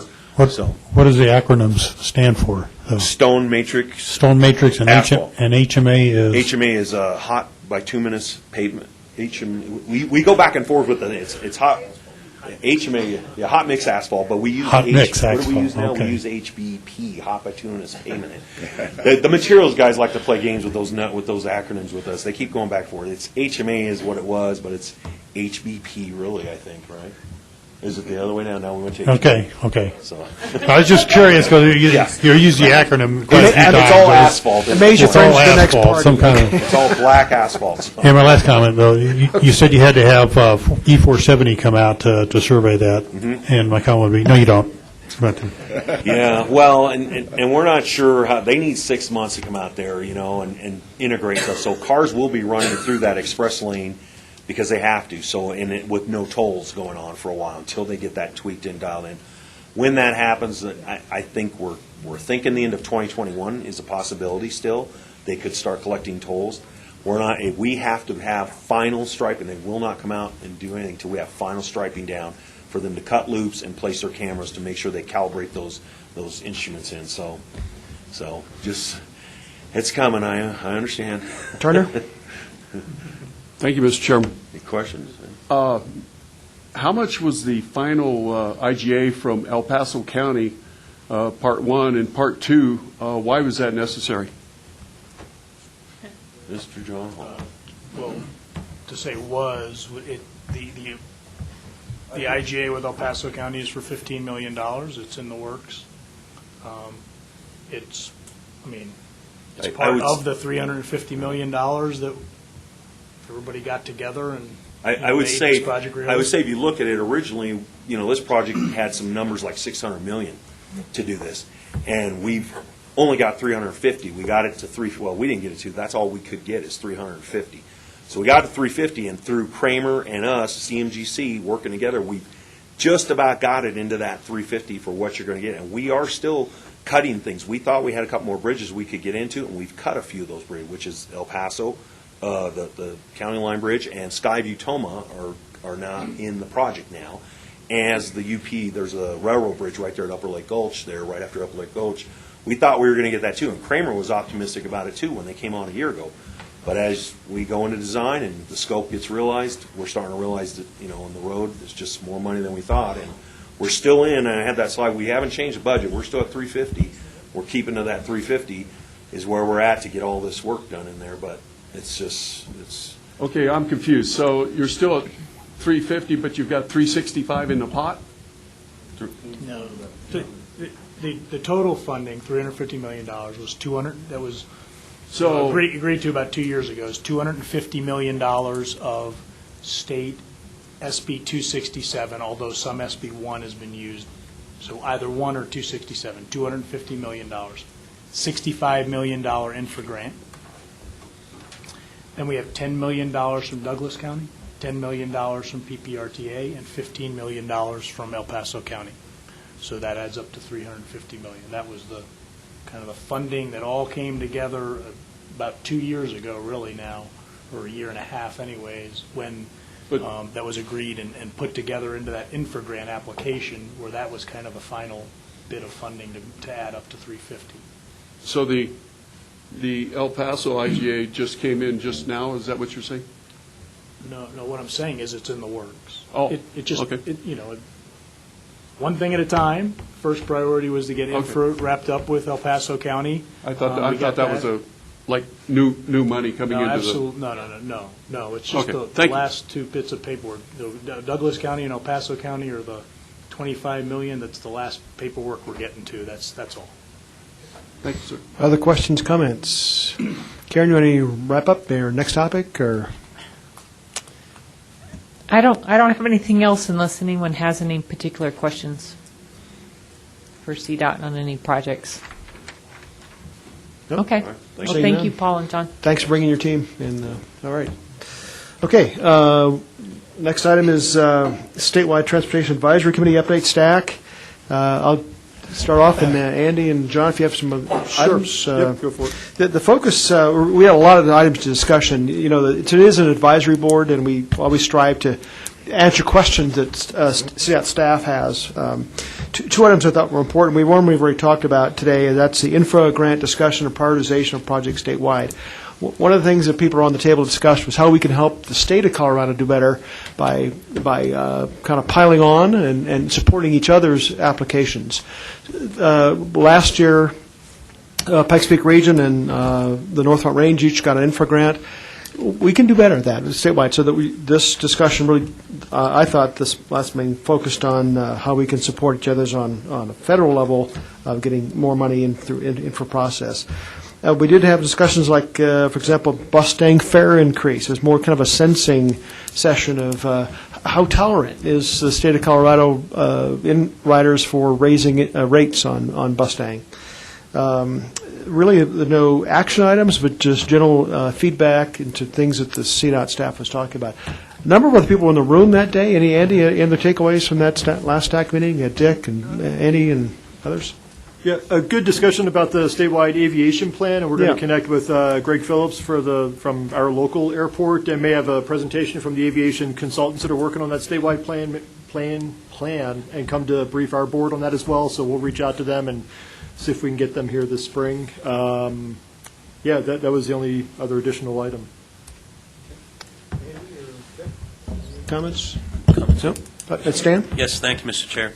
That statewide aviation plan, that's coming from the aviation department of CDOT? Is that correct? Yeah, their division, sure. Are they going to be establishing or working to establish statewide standards for encroachment? Because other states are doing that or have done that. I asked that, but I didn't get a clear response on that. There is a teleconference, I think, tomorrow coming up that talks about the aviation plan, so we'll see how that shakes out. Okay. Anything else on stack? Okay. Executive Director's Report. Andy? Thank you. Just real briefly, one item following up on I-25. We're going to try to schedule this for your next meeting in March, is have a briefing from CDOT staff and their consultants on the overall I-25 PEL study that goes from Baptist Road up to C-470, I believe. Good briefing, good discussion at the committee meeting last Friday, the steering committee meeting on the I-25 PEL. And I think they're trying to wrap it up, Karen, if I'm not mistaken, by April, sometime this spring, I think, is when they want to finish up that overall corridor study that includes the gap, but beyond what our longer-term needs may be on I-25. So we're going to try to tee that up for your March meeting. And the only other thing I was going to mention, you met Melissa earlier today, our new staff member in the AAA, and we were super excited to have her on board. We've had a bunch of superstars that we've hired lately, including Melissa. We have a new person starting beginning of March that you'll meet next month at your meeting. Will Mast will be our new innovation and technology lead. He's going to coordinate GIS data development, data coordination with our local jurisdictions and others in the region, and modeling efforts and things like that. So we're really thrilled with getting some really super talented new blood on board here. So you'll meet Will next month. That's all I've got. Okay, we have then list item 8 is member entity announcements. Anything particular you like to tell your group about your particular government entity? Let's start with Woodland Park. Mayor? Gosh, I can't think of anything offhand. I know you Bronco fans probably already know, but Joe Flacco will be your new quarterback next year, so hope you're excited about that. That's something. Got a lot of Bronco fans. Holly? I'm a Bronco fan, too. I just don't have anything at the moment. Cammie Bremer, El Paso County. I just wanted to thank the Air Force Academy for pulling Commissioner Williams and I into a really great overview. It included everything from a sneak peek at the planetarium to meeting with leadership, getting briefings on the chapel update, or renovation, and all kinds of other things that really play into how can our local government help support all of our military installations, and then and how that's working a little bit with federal. We were also in that meeting with representatives from both senators' offices. So I thought that was just really well done. It was a great way for us to come in and kind of understand your needs, and I would love, honestly, to do that with the other military installations too, but thank you. Just follow up, thanks to Pete Field, we were able to do a great tour of Northcom and NORAD, and just great people. We're so fortunate to work with you, and thanks from Teller County, all our elected officials and staff. We had about 25 on the bus, and just had a great presentation, so thank you very much for that. Thank you, Mr. Chair. I just want to thank the City of Fountain for inviting me to speak last night at your council meeting regarding my trip to Washington, D.C. when I had the meeting regarding affordable housing and other HUD issues with Secretary Ben Carson. So thanks for the invite.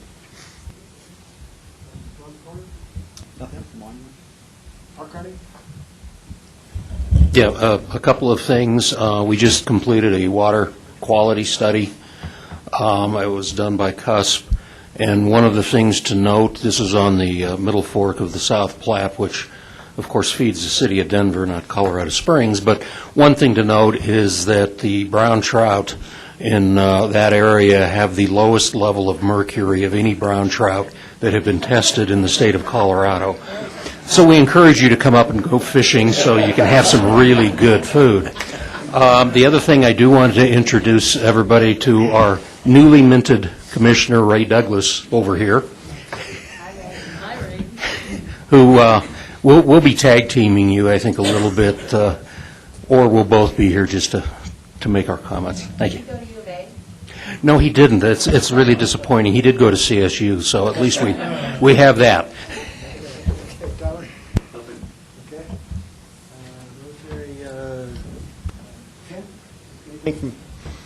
Monument Springs? Manitou Springs? Just real quickly, we are struggling a bit with trying to figure out how to move 3 cog railway trains.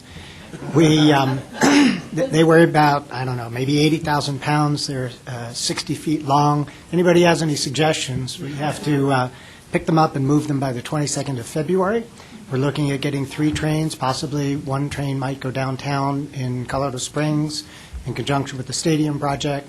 one in Manitou, another one we're trying to figure out, but these trains really are iconic, and we'd like to find some really good locations for them, but they're really a challenge. Did you talk to Fort Carson about help? We have not. You might talk to Fort Carson. They've got a lot of heavy equipment. Okay, thank you. And So other than that, that's what we're doing. Follow-up over here? Yes, Ken, I don't know if you know about the Trolley Museum that's in Colorado Springs and if you've reached out to them. I only bring up the point because even though that is a museum that not very many people even know we have, and very few people actually go to visit, they have a half dozen one-of-a-kind trolley cars in there that make that museum a very, very unique place. And I think for whatever it's worth, I don't know if they'd be interested or not, but it would be awesome to have one of the cars for Cog Railway at that museum. So that's a possibility, and I would recommend you reach out to them. Turner.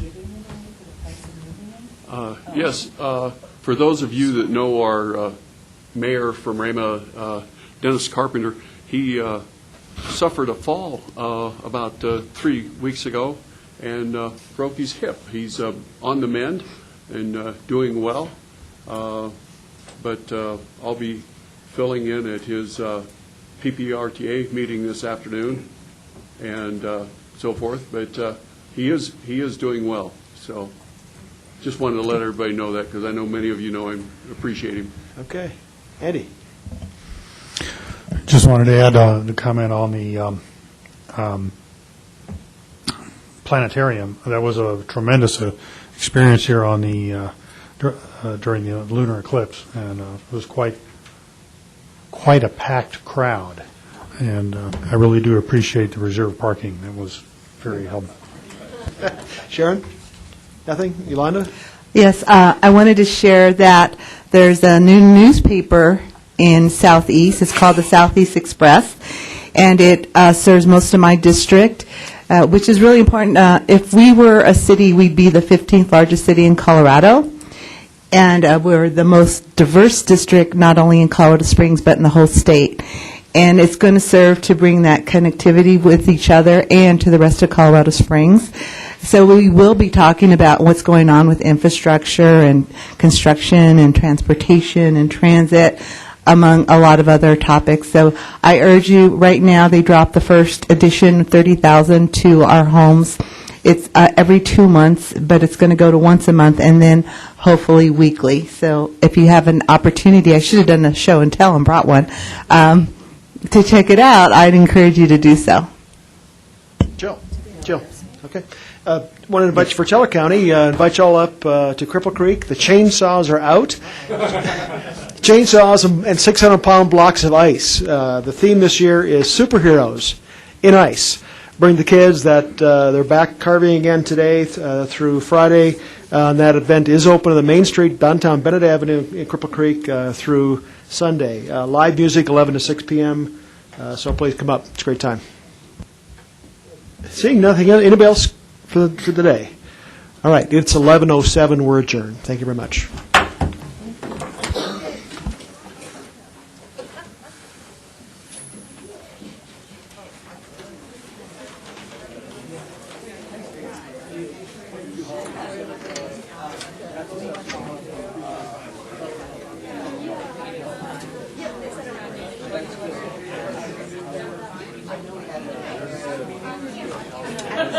Thank you.